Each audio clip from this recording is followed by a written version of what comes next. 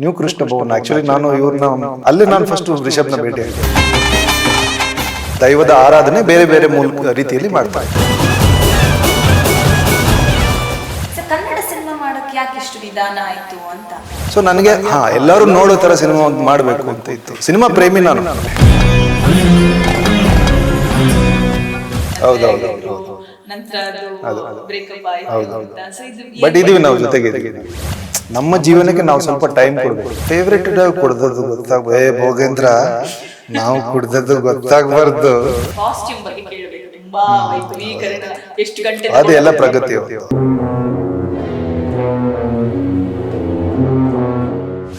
ರುಕ್ಮಿಣಿ ವಸಂತ್ ಅವ್ರ ಜೊತೆ ಇದ್ದಂತಹ ಸೀನ್ಗಳು ಏನ್ ಅನ್ಸುತ್ತೆ? ವೆರಿ ಪೀಸ್ಫುಲ್ ಪರ್ಸನ್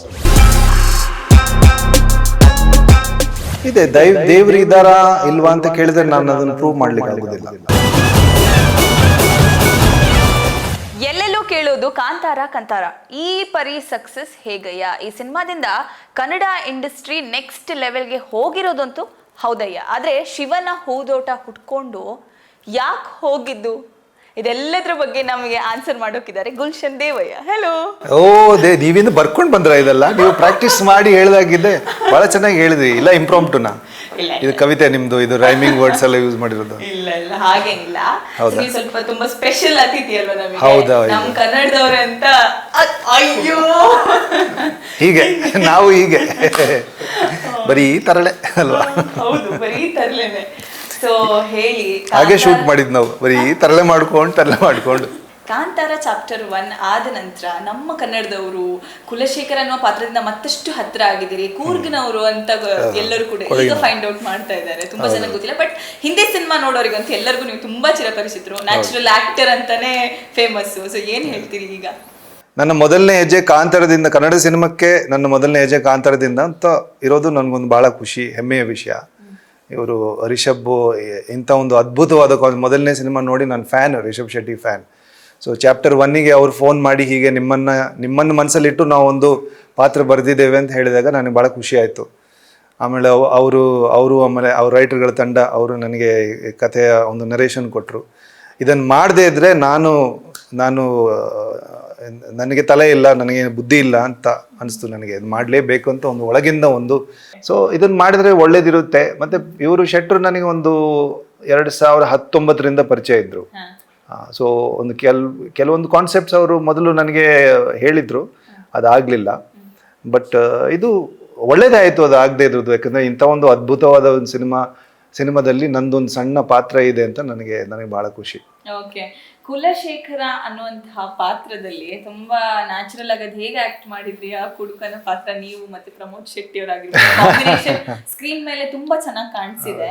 ಸೊ ನೀವು ಸಕ್ಸಸ್ ಪಾರ್ಟಿ ಆದ್ಮೇಲೆ ಏನೆಲ್ಲ ಮಾಡಿದ್ರಿ? ಸಕ್ಸಸ್ ಪಾರ್ಟಿ ಏನಿಲ್ಲ, ಎಲ್ಲ ಹೋಗಿ ಮಲಗಿದ್ದಷ್ಟೇ. ಎಲ್ಲ ಶೂಟ್ ಎಲ್ಲ ಮಾಡಿ ಸುಸ್ತಾಗಿದೆ ಎಲ್ಲರಿಗೂ. ಅವರು ಒಂದು 3 ವರ್ಷದಿಂದ ಹಿಂದೆ ಬಿದ್ದಿದ್ದಾರೆ. ನಾನು ಲಾಸ್ಟ್ ಇಯರ್ ಐ ಥಿಂಕ್ ಏಪ್ರಿಲಿಂದ ನಾನು ಒಂದು 45-50 ಡೇಸ್ ಮಾಡಿರ್ತೇನೆ ಕೆಲಸ. ಬಟ್ ಅವರು 250 ಡೇಸ್. ರಿಷಬ್ ಮಾತ್ರ ಅವರು ಕತೆ ಬರೆದಿದ್ದಾರೆ, ಅವರು ಪ್ರೆಷರ್ ಹ್ಯಾಂಡಲ್ ಮಾಡೋದು, ಸ್ಟ್ರೆಸ್ ಹ್ಯಾಂಡಲ್ ಮಾಡೋದು, ಅದರ ನಿರ್ದೇಶನ ಮಾಡಿದ್ದಾರೆ, ಅದ್ಭುತ ನಟನೂ ಮಾಡಿದ್ದಾರೆ. ಇದೆಲ್ಲ ಮಾಡ್ಕೊಂಡು ಇದೆಲ್ಲ ಅವ್ರದ್ದು ಶ್ರಮ. ಮೊದಲೇ ನಾವೆಲ್ಲ ಕಂಪೇರ್ ಮಾಡ್ಲಿಕ್ಕೆ ಆಗೋದಿಲ್ಲ ಅವರೆಷ್ಟು ಶ್ರಮ ಪಟ್ಟಿದ್ದಾರೆ, ಅದು ಹತ್ರನೂ ಇಲ್ಲ. ಸೊ ಆದಮೇಲೆ ಎಲ್ಲರೂ ಒಂದು ಆಯ್ತಪ್ಪ ಅಂತ ಒಂದು ಇದು ಇವಾಗ ಜನರಿಗೆ ಇಷ್ಟ ಆಗಿದೆ ರಿಲೀಸ್ ಎಲ್ಲ ಆದಮೇಲೆ. ಸೊ ಜನರ ಖುಷಿಯಲ್ಲಿ ನಾವು ಭಾಗಿಯಾಗಿದ್ವಿ. ಅವರ ಪ್ರೀತಿ ಪ್ರೇಮ ತೋರಿಸ್ತಾ ಇದ್ದಾರೆ ಸಿನಿಮಾಗೆ, ನಮ್ಮ ಪಾತ್ರಗಳಿಗೆ ತೋರಿಸ್ತಾ ಇದ್ದಾರೆ.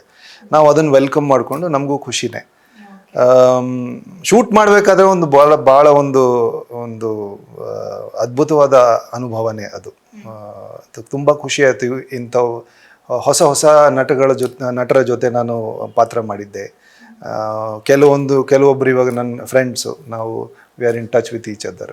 So it's a wonderful experience ಅಂತ ಹೇಳ್ತೇನೆ. ಕಾಂತಾರ ಸಿನಿಮಾದ ಸಕ್ಸಸ್ ಒಂದು ಕಡೆ ಆದ್ರೆ, ಸೊ ಇನ್ನೊಂದು ಕಡೆ ಹೇಳ್ತಾರೆ ಈ ಸಿನಿಮಾದಿಂದ ರಾಜಕೀಯ ಪೊಲಿಟಿಕಲ್ ತಗೊಳ್ತಾ ಇದೆ. ಅಂದ್ರೆ ರೈಟ್ ವಿಂಗ್ ಲೆಫ್ಟ್ ವಿಂಗ್ ಅಂತ ಡಿವೈಡ್ ಆಗ್ತಾ ಇದ್ದಾರೆ. ಹಿಂದೂಯಿಸಮ್ನ ಜಾಸ್ತಿ ತೋರ್ಸೋದಕ್ಕೋಸ್ಕರ ಈ ಸಿನಿಮಾನ ಮಾಡಿದ್ದಾರೆ, ಶಿವನ ಕಥೆಯನ್ನ ಇಟ್ಕೊಂಡು ಅಂತ ಹೇಳಿ. ಸೊ ಈ ರೀತಿ ಕೇಳ್ಪಟ್ಟಾಗ ನಿಮ್ಗೆ ಏನ್ ಅನ್ಸುತ್ತೆ? ಶಿವ ಯಾರಿಗೆ ಸೇರ್ತವನು? ಶಿವ ಎಲ್ಲರಿಗೆ ಸೇರ್ತವನಲ್ಲ. ಶಿವನ ಮೇಲೆ ಯಾರಾದ್ರೂ ಒಬ್ಬರದ್ದು ಅಧಿಕಾರ ಉಂಟಾ? ದೇವ್ರ ಮೇಲೆ ಯಾರಾದ್ರೂ ಒಬ್ಬರದ್ದು ಅಧಿಕಾರ ಉಂಟಾ? ದೈವ ಅನ್ನೋ ಕಾನ್ಸೆಪ್ಟು ಇದು ವಿಶ್ವದಲ್ಲಿ ಎಲ್ಲ ಕಡೆನೂ ದೈವ ಇದೆ. ಅವ್ರು ದೈವದ ಆರಾಧನೆ ಬೇರೆ ಬೇರೆ ರೀತಿಯಲ್ಲಿ ಮಾಡ್ತಾರೆ. ಆ ದೈವಕ್ಕೆ ಬೇರೆ ಬೇರೆ ಹೆಸರು, ಬೇರೆ ಬೇರೆ ರೂಪ ಆಕಾರದಿಂದ ಅವರು ಅದನ್ನು ಪೂಜೆ ಮಾಡ್ತಾರೆ. ಸೊ ಅದನ್ನು ಈ ಪೊಲಿಟಿಕ್ಸ್ ಮಾಡೋರು ಮಾಡೇ ಮಾಡ್ತಾರೆ. ಈಗ ಇವರು ರಿಷಬ್ ಶೆಟ್ಟಿ ಅವರ ಸಿನ್ಸಿಯರಿಟಿ, ಅವರ ನೆಲದ ಕಥೆಯ ಅವರು ಇದರಲ್ಲಿ ಭಾಳ ನಂಬಿಕೆ ಇಟ್ಟವರು.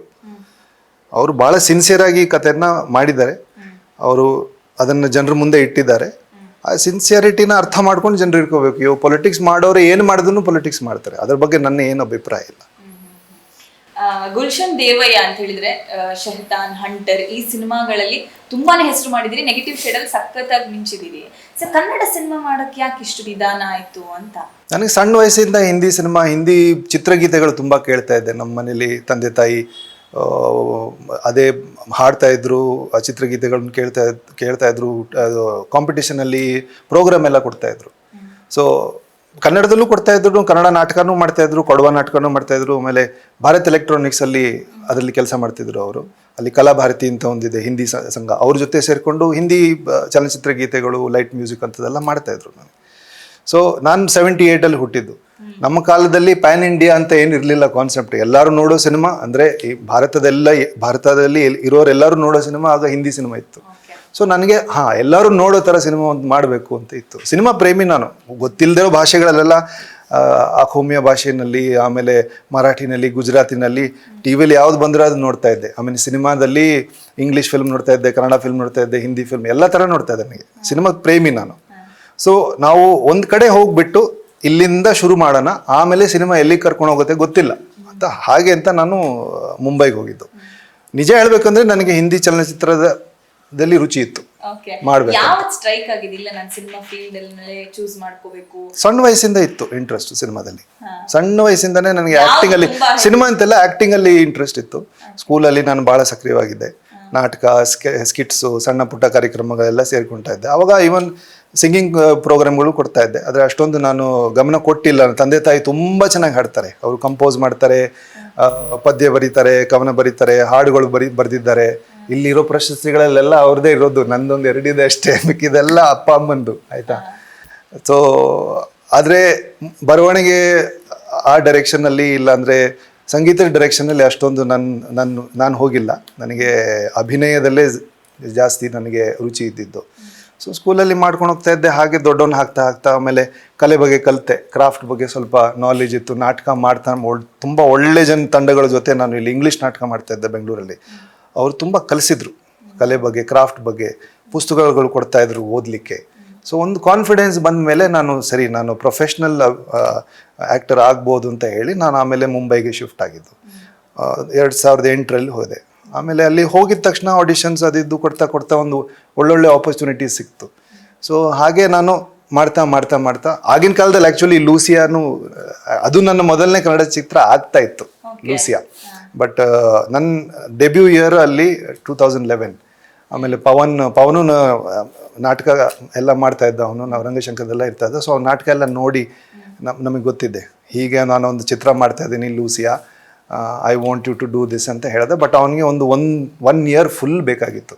ನಾನು ಹೇಳಿದೆ, ಪವನ್, ಇಲ್ಲಿ ನಾನು ಜಸ್ಟು ಒಂದು ಹೆಜ್ಜೆ ಇಟ್ಟಿದ್ದೀನಿ, ಇನ್ನೂ ಏನು ಫೌಂಡೇಶನ್ನೇ ಹಾಕಿಲ್ಲ ನಾನು. ಇಲ್ಲಿ ಬಿಟ್ಟು ಬಂದರೆ ಇಲ್ಲೂ ಇಲ್ಲ ಅಲ್ಲೂ ಇಲ್ಲ ಅಂತ ಆಗ್ತದೆ. So I don't think I can do this ಅಂತ ಹೇಳಿದ್ದೆ. ಸೊ ದೆನ್ ಅವನು ಬೇರೆಯವರ, ಅಫ್ಕೋರ್ಸ್ ನಾನು ಚಿತ್ರ ನೋಡಿದ್ದೀನಿ, ಭಾಳ ಅದ್ಭುತವಾದ ಸಿನಿಮಾ. ನಮ್ಮ ಶೆಟ್ಟರು ಅದರಲ್ಲಿ ಒಂದು ಸಣ್ಣ ಪತ್ರ ಮಾಡಿದ್ದಾರೆ, ಪೊಲೀಸ್ ರೋಲ್ ಮಾಡಿದ್ದಾರೆ. ಸೊ ಅದು ಆಗ್ಬೋದಿತ್ತು. ಬಟ್ ಹೀಗೆ ಮಾಡ್ಕೊಂಡು ನನಗೊಂದು ಸ್ಟೆಬಿಲಿಟಿ ಇದ್ದೆ ಅಂತ ಒಂದು 10 ವರ್ಷದಿಂದನೇ ನನಗೆ, ಐ ಥಿಂಕ್ ರಾಮ್ಲೀಲಾ ಆದಮೇಲಿಂದನೇ ನನಗೆ ತೆಲುಗು ಇಂಡಸ್ಟ್ರಿಯಿಂದ, ತಮಿಳಿಂದ ಸ್ವಲ್ಪ ಆಫರ್ಸ್ ಬರ್ತಾ ಇತ್ತು, ಕನ್ನಡದಿಂದನೂ ಬರ್ತಾ ಇತ್ತು. ಬಟ್ ನಂದು ಏನು ಅಂದರೆ, ನನಗೆ ಜೆನ್ಯೂನ್ ಆಗಿ ಅದನ್ನ ಮಾಡಬೇಕು ಅಂತ ಒಂದು ರುಚಿ ಇರಬೇಕು. ಜೆನ್ಯೂನ್ ಫೀಲಿಂಗ್ ಇಲ್ಲ ಅಂದರೆ ನಾವು ಅದನ್ನು ಸರಿಯಾಗಿ ಮಾಡೋದಿಲ್ಲ. ಅದಕ್ಕೆ ನಾನು ಸಿಗ್ತಾ ಇದೆ ಅಂತ ಮಾಡೋದು ಬೇಡ, ನನಗೆ ಇದನ್ನು ಮಾಡಬೇಕು, ಇದನ್ನು ಮಾಡದೇ ಇದ್ದರೆ ನಂದು ತಪ್ಪಾಗ್ತದೆ ಅಂತ ನನಗೆ ಒಂದು ಒಳಗಿಂದ ಒಂದು ವಾಯ್ಸ್ ಬರಬೇಕು ಅಂತಿದೆ. ಸೊ ಅದು ಈಗ ಕಾಂತಾರದಿಂದ ನನಗೆ ಸಿಕ್ಕಿದೆ ಆ ಅವಕಾಶ. ತಂದೆ ತಾಯಿ ಯೂಶುವಲಿ ಸಿನಿಮಾ ಫೀಲ್ಡ್ ಅಂದಾಗ ಯೂಶುವಲಿ ಪೇರೆಂಟ್ಸ್ ನೀವು ಇಂಜಿನಿಯರ್ ಆಗ್ಬಿಡಿ, ಡಾಕ್ಟರ್ ಆಗ್ಬಿಡಿ, 9 to 5 ಜಾಬ್ ಮಾಡ್ಕೊಂಡಿದ್ದೀರಿ ಅಂತ. ನಿಮ್ಮ ಮನೆಯಲ್ಲಿ ತಂದೆ ತಾಯಿ ಏನಂದ್ರು? ಸಿನಿಮಾ ಕಲೆ ಬಗ್ಗೆ ಅಭಿರುಚಿ ಅವ್ರಿಗೂ ಸಣ್ಣ ವಯಸ್ಸಿಂದ ಇದೆ. ಅವರು ಕಲಾವಿದರೆ, ನಾನು ಕಲಾವಿದ ಅಂದರೆ ಅವರಿಂದನೇ ನಾನೆಲ್ಲ ಕಲ್ತಿರೋದು. ಅವರನ್ನು ನೋಡಿ ಅವರೆಲ್ಲ ಇದ್ರಲ್ಲಿ ಮಾಡ್ತಾ ಇರೋದಕ್ಕೆ ನಾನು ಹೀಗಿರೋದು.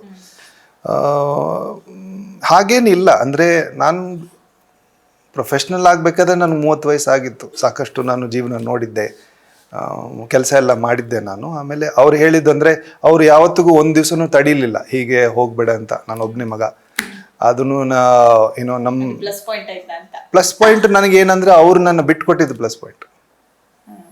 ಹೋಗಬೇಡ ಅಂತ ಹೇಳಿಲ್ಲ ಅವರು, ಯಾರು ಅಮ್ಮ ಆದರೂ ಹೇಳಿಲ್ಲ, ಅಪ್ಪ ಆದರೂ ಹೇಳಿಲ್ಲ. ನೋಡ್ತಿದ್ದಾರಲ್ಲ ಅವ್ರು ಹೇಗಿದ್ದಾರೆ ಅಂತ. ಈ ಕಂಡೀಷನಲ್ಲಿ ಇದ್ರೂ ಅವರು ಹೋಗಬೇಡ ಅಂತ ಯಾವತ್ತೂ ಹೇಳಿಲ್ಲ. ಚೆನ್ನಾಗಿರು, ಹುಷಾರಾಗಿರು ಅಂತಲೇ ಹೇಳಿದ್ದಷ್ಟೇ. ನಾನು ಹೇಳಿದ್ದು ಏನಂದರೆ 1 ವರ್ಷ 2 ವರ್ಷ ನೋಡ್ತೀನಿ, ಆಗಿಲ್ಲ ಅಂದರೆ ವಾಪಸ್ ಬರ್ತೀನಿ. ಯಾವ ಸಿನಿಮಾ ಅವ್ರಿಗೆ ತುಂಬಾ ಇಷ್ಟ ಆಗಿರೋದು? ಅದು ಅವ್ರನ್ನೇ ಕೇಳಬೇಕು ನೀವು, ಇಲ್ಲಿ ಕೂತಿದ್ದಾರೆ ಅವ್ರನ್ನೇ ಕೇಳಿ ಯಾವುದು ಅಂತ. ಅಪ್ಪ ಮೋಸ್ಟ್ಲಿ ATM ಮೆಟ್ರೋ ಅಂತ ಹೇಳಿದ್ರೆ ಹೇಳ್ಬೋದು, ಬಟ್ ಅವ್ರನ್ನೇ ಕೇಳಿ ನೀವು. ಈಗ ಕಾಂತಾರ ಸಿನಿಮಾದ ನಂತರ ಕಾಂತಾರ ಇನ್ನೂ ನೋಡಿಲ್ಲ ಅವರು. ಈ ಸಿನಿಮಾದ ನಂತರ ಏನ್ ಬದಲಾಗಿದೆ ನಿಮಗೆ? ಮುಂಚೆಯಿಂದನೂ ಕೂಡ ನೀವು ಒಬ್ಬ ಎಸ್ಟಾಬ್ಲಿಷ್ಡ್ ಆಕ್ಟರ್. ಹಾಗೇನಿಲ್ಲ, ಈ ಸಿನಿಮಾ ನಂತರ ಕನ್ನಡದಲ್ಲಿ ಹೊಸ ಆಡಿಯನ್ಸ್ ಇಲ್ಲಿ ನಮ್ಮ ಈ ಏರಿಯಾದಲ್ಲಿ, ಮತ್ತಿಕೆರೆ ಏರಿಯಾದಲ್ಲಿ ಜನರಿಗೆ ಇವಾಗ ಸ್ವಲ್ಪ ಅಲ್ಲಿ ರಸ್ತೆನಲ್ಲಿ ಹೋದ್ರೆ ನೀವು ರಾಜ ಕುಲಶೇಖರ ಅಂತ ಇದೆ, ಆಸ್ಪತ್ರೆಗೆ ಹೋಗ್ಲಿಕ್ಕಿದೆ, ಅಲ್ಲಿರೋರು ಸ್ವಲ್ಪ ಜನ ನೀವು ನಿಮ್ಮ ಸಿನಿಮಾ ನೋಡಿದ್ವಿ ನಾವು, ತುಂಬ ಖುಷಿ ಆಯಿತು, ನೀವು ಭಾಳ ಚೆನ್ನಾಗಿ ಮಾಡಿದ ಪಾತ್ರ ಅಂತ ಹೊಸ ಆಡಿಯನ್ಸ್. ಅಂದರೆ ಪ್ರಶಂಸೆ ನನಗೆ ಸಿಗೋದು ಒಂದು ಹೊಸದೇನಲ್ಲ ಆ್ಯಕ್ಚುಲಿ. ಅಲ್ಲಿಂದ ನಾನು ಹಿಂದಿಯಲ್ಲಿ ಮಾಡ್ತಾ ಇರ್ಬೇಕಾದ್ರೂ ಸಿಗ್ತಾ ಇತ್ತು, ಬಟ್ ಆಡಿಯನ್ಸು ಬೆಳೀತಾ ಇದೆ ಇವಾಗ ಅಷ್ಟೇನು ತುಂಬ ಏನು ಡಿಫ್ರೆನ್ಸ್ ಆಗಿದೆ ಅಂತ ನನಗೇನು ಅನಿಸ್ತಾ ಇಲ್ಲ. ಖುಷಿ ಆಗ್ತದೆ. ಅಂದರೆ ಇಲ್ಲಿ ನಾನು ಇಲ್ಲೇ ಹುಟ್ಟಿದ್ದು ಬೆಳೆದಿದ್ದು, ಈ ಭಾಷೆನೇ ಮಾತಾಡ್ಕೊಂಡು ಬೆಳೆದವನು. ಸೊ ಈ ಭಾಷೆ ಸಿನಿಮಾ ನೋಡೋರಿಂದ ಪ್ರಶಂಸೆ ಸಿಕ್ಕಿದಾಗ ಅದೊಂದು ಸ್ವಲ್ಪ ಚೆನ್ನಾಗಿರ್ತದೆ. ನಮ್ಮ ಆಫೀಸಲ್ಲಿ ನಾನು ಇವತ್ತು ಗುಲ್ಶನ್ ಅವ್ರದ್ದು ಇಂಟರ್ವ್ಯೂ ಇದೆ ಅಂತ ಹೇಳಿದೆ. ಅವರು ತುಂಬಾ ಕ್ರೇಜಿ ಫ್ಯಾನ್ ಇದ್ದಾರೆ ನಿಮ್ಗೆ. ಕೂರ್ಗಿನ ಹುಡುಗರು ಬರ್ತೀನಿ ಅಂತಿದ್ರು, ಪಾಪ ಕೆಲಸ ಕರ್ಕೊಂಡು ಬರ್ಬೋದು. ಸೊ ಕೂರ್ಗಿನ ಹುಡುಗರು ನೋಡೋದಕ್ಕೆ ತುಂಬಾ ಚಂದ ಅನ್ನೋಂತ ಒಂದು ಮಾತೆ. ಅವಳು ಅದನ್ನೇ ಹೇಳ್ತಾ ಇದ್ಲು, ಕೂರ್ಗ್ನವರೆಲ್ಲ ನೋಡ್ಬೇಕಿತ್ತು ಅಂತ. ಇದ್ರೆ ನೀವು ಏನು ಹೇಳ್ತೀರಿ? ನಾನೇನು ಹೇಳುದು, ಎಲ್ಲ ಹೇಳೋದ್ರಲ್ಲ ಅವರೇ ಹೇಳಿ ಆಯ್ತಲ್ಲ. ಡೈಲಿ ಒಂದೇ ಮೀಲ್ ತಿನ್ನೋದು ಅಂತ ಮೋಸ್ಟ್ಲಿ ಯೂಶುವಲಿ ಹುಡುಗರಿಗೆ ಕೇಳಲ್ಲ. ಇಷ್ಟು ಹ್ಯಾಂಡ್ಸಮ್ ಆಗಿದೆ, ಏನ್ ಸೀಕ್ರೆಟ್? ಏನ್ ಸೀಕ್ರೆಟ್ ಏನಂದ್ರೆ ಅಲ್ಲಿ ನಮ್ಮಪ್ಪ ನೋಡಿ ಎಷ್ಟು ಹ್ಯಾಂಡ್ಸಮ್ ಆಗಿದ್ದಾನೆ, ಅವರು ಹುಟ್ಟಿಸಿದಲ್ಲ. ಅದಕ್ಕೆ ನಾನು ಹೀಗೆ ಅಪ್ಪನಾಗಿದ್ದಾನೆ. ಫೋಟೋ ಆಮೇಲೆ ತಗೊಳ್ಳಿ ಒಂದು ಬೀರೋಲಲ್ಲಿ. ಹೌದು, ನಿಮ್ಮಿಬ್ರು ನೋಡಿದ್ರೆ ಟ್ವಿನ್ಸ್. ಈಗ ಆಗಿದ್ದೀನಿ ನಾನು. ಅದೇ ಅಪ್ಪ ಅಮ್ಮ ಇಬ್ರು ಸುಂದರವಾಗಿರೋರು. ಅವರಿಂದ ನಾನು ಫಿಟ್ನೆಸ್ ಎಲ್ಲ ಹೇಗೆ, ರೂಟೀನ್ ಏನು? ನಾನು ರೆಗ್ಯುಲರ್ ಎಕ್ಸರ್ಸೈಸ್, ಊಟ ಮಾಡ್ತಾರೆ ಅಂತ ಹೇಳ್ತಾರೆ. ಅದು ನಂದೊಂದು ಅಭ್ಯಾಸ 2018 ಇಂದ ಮಾಡ್ತಾ ಇದ್ದೀನಿ ನಾನು. ಊಟ ತಿಂಡಿ ಡಯಟ್ ಎಲ್ಲ ನನ್ನ ಕೈಲಿ ಆಗ್ಲಿಕ್ಕಿಲ್ಲ ಮಾಡೋದು. ಅಂದ್ರೆ ಟ್ರೈ ಮಾಡಿದ್ದೆ ನಾನು, ಅದು ಕನ್ಸಿಸ್ಟೆಂಟ್ ಆಗಿ ಮಾಡೋದು ಕಷ್ಟ. ಸೊ ಕ್ಯಾಲರಿ ರಿಸ್ಟ್ರಿಕ್ಟ್ ಮಾಡೋ ಬದಲು ಇದೇ ತಿನ್ಬೇಕು ಅದೇ ತಿನ್ಬೇಕು ಅಂತ ನಾನು ಫುಡ್ ಎಂಜಾಯ್ ಮಾಡ್ತೀನಿ ನಾನು. ಸೊ ಒನ್ ಟೈಮ್ ತಿಂದರೆ ಎಷ್ಟು ತಿಂತೀರಾ ನೀವು? ಹೊಟ್ಟೆ ತುಂಬ ಅಷ್ಟು ತಿಂತೀರಾ, ಅದಕ್ಕಿಂತ ಜಾಸ್ತಿ ತಿನ್ನೋಕೆ ಆಗಲ್ಲ ಅಲ್ವಾ? ಸೊ ಅದೊಂದು ಕನ್ಸಿಸ್ಟೆನ್ಸಿ ಇರುತ್ತೆ. ಸೊ ಆಟೋಮ್ಯಾಟಿಕ್ ಪೋರ್ಷನ್ ಕಂಟ್ರೋಲ್ ಆಗುತ್ತೆ ಅಂತ ನಾನು ಅದು ಸ್ಟಾರ್ಟ್ ಮಾಡಿದ್ದು. ಭಾಳಷ್ಟು ಜನ ಮಾಡ್ತಾರೆ ಹೀಗೆ. ಈಗ ಇವರು ಸದ್ಗುರು ಅವರು ಮಾಡ್ತಾರೆ, ಭಾಳಷ್ಟು. ಇವರು ಜಾಪನೀಸ್ ಒಬ್ಬರು ಜಿಮ್ನಾಸ್ಟ್ ಇದ್ದರು, ಅವ್ರ ಹೆಸರು ನನಗೆ ಗೊತ್ತಿಲ್ಲ, ಬಟ್ ಅವರು ಒಂದು ವಿಡಿಯೋ ನೋಡಿದ್ದೆ, ಜಾಪನೀಸ್ ಭಾಷೆಯಲ್ಲೇ ಇದು, ಇಂಗ್ಲೀಷ್ ಸಬ್ ಟೈಟಲ್ಸಲ್ಲಿ. ಅಲ್ಲಿಂದ ನನಗೆ ಫಸ್ಟ್ ಇದ್ರ ಬಗ್ಗೆ ಗೊತ್ತಾಗಿದ್ದು. ಸೊ ಅವರು ಹೀಗೆ ಹೇಳ್ತಾ ಇದ್ರು, ನಾನು ಒಲಿಂಪಿಕ್ ಅಥ್ಲೀಟ್, ಅವರು ಒಲಿಂಪಿಕ್ ಗೋಲ್ಡ್ ಮೆಡಲಿಸ್ಟ್. ಅವರು ದಿವ್ಸಕ್ಕೆ ಒಂದ್ಸರಿನೇ ತಿಂತಾ ಇದ್ದಂತೆ. ಅವರೆಲ್ಲ ಬೆಳಿಗ್ಗೆ ಹೋಗ್ಬಿಟ್ಟು ಅವ್ರ ಟ್ರೈನಿಂಗ್ ಎಲ್ಲ ಮಾಡ್ಕೊಂಡು ಬಂದು ಸಾಯಂಕಾಲ ಊಟ ಮಾಡಿ ಮಲ್ಕೊಳ್ಳೋದು. ಸೊ ಇರ್ತದೆ, ಅಫ್ಕೋರ್ಸ್ ಇರ್ತದೆ ಚೀಟ್ ಡೇ ಎಲ್ಲ. ಇವತ್ತು ಚೀಟ್ ಡೇ, ಇವತ್ತು ನೀವೆಲ್ಲ ಬರ್ತೀರ ಅಂತ ಊಟ ಮಾಡಿದ್ರೆ ಸ್ವಲ್ಪ ಹಂಗೆ ನಿದ್ರೆ ಬರ್ತದಲ್ಲ, ಆಮೇಲೆ ಮಾತಾಡ್ಲಿಕ್ಕೆ ಆಗೋದಿಲ್ಲ ಅಂತ ನಾನು ಸ್ವಲ್ಪ ಒಂದೊಂದು ಫ್ರೂಟ್ ಕೋರ್ಸು, ಆಮೇಲೆ ಒಂದು ದೋಸೆ ಕೋರ್ಸು.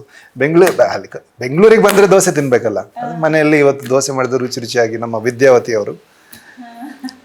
ಸೊ ಅದೊಂದು ಇಷ್ಟು ತಿಂತಿದ್ದೀನಿ. ಕೊಡಗಿನ ಫುಡಲ್ಲಿ ಒಂದು ಸೊಪ್ಪು ಸಿಗ್ತದೆ, ಹೀಗಿರ್ತದೆ, ತೆರ್ಮೆ ತೊಪ್ಪು ಅಂತೀವಿ ನಾವು.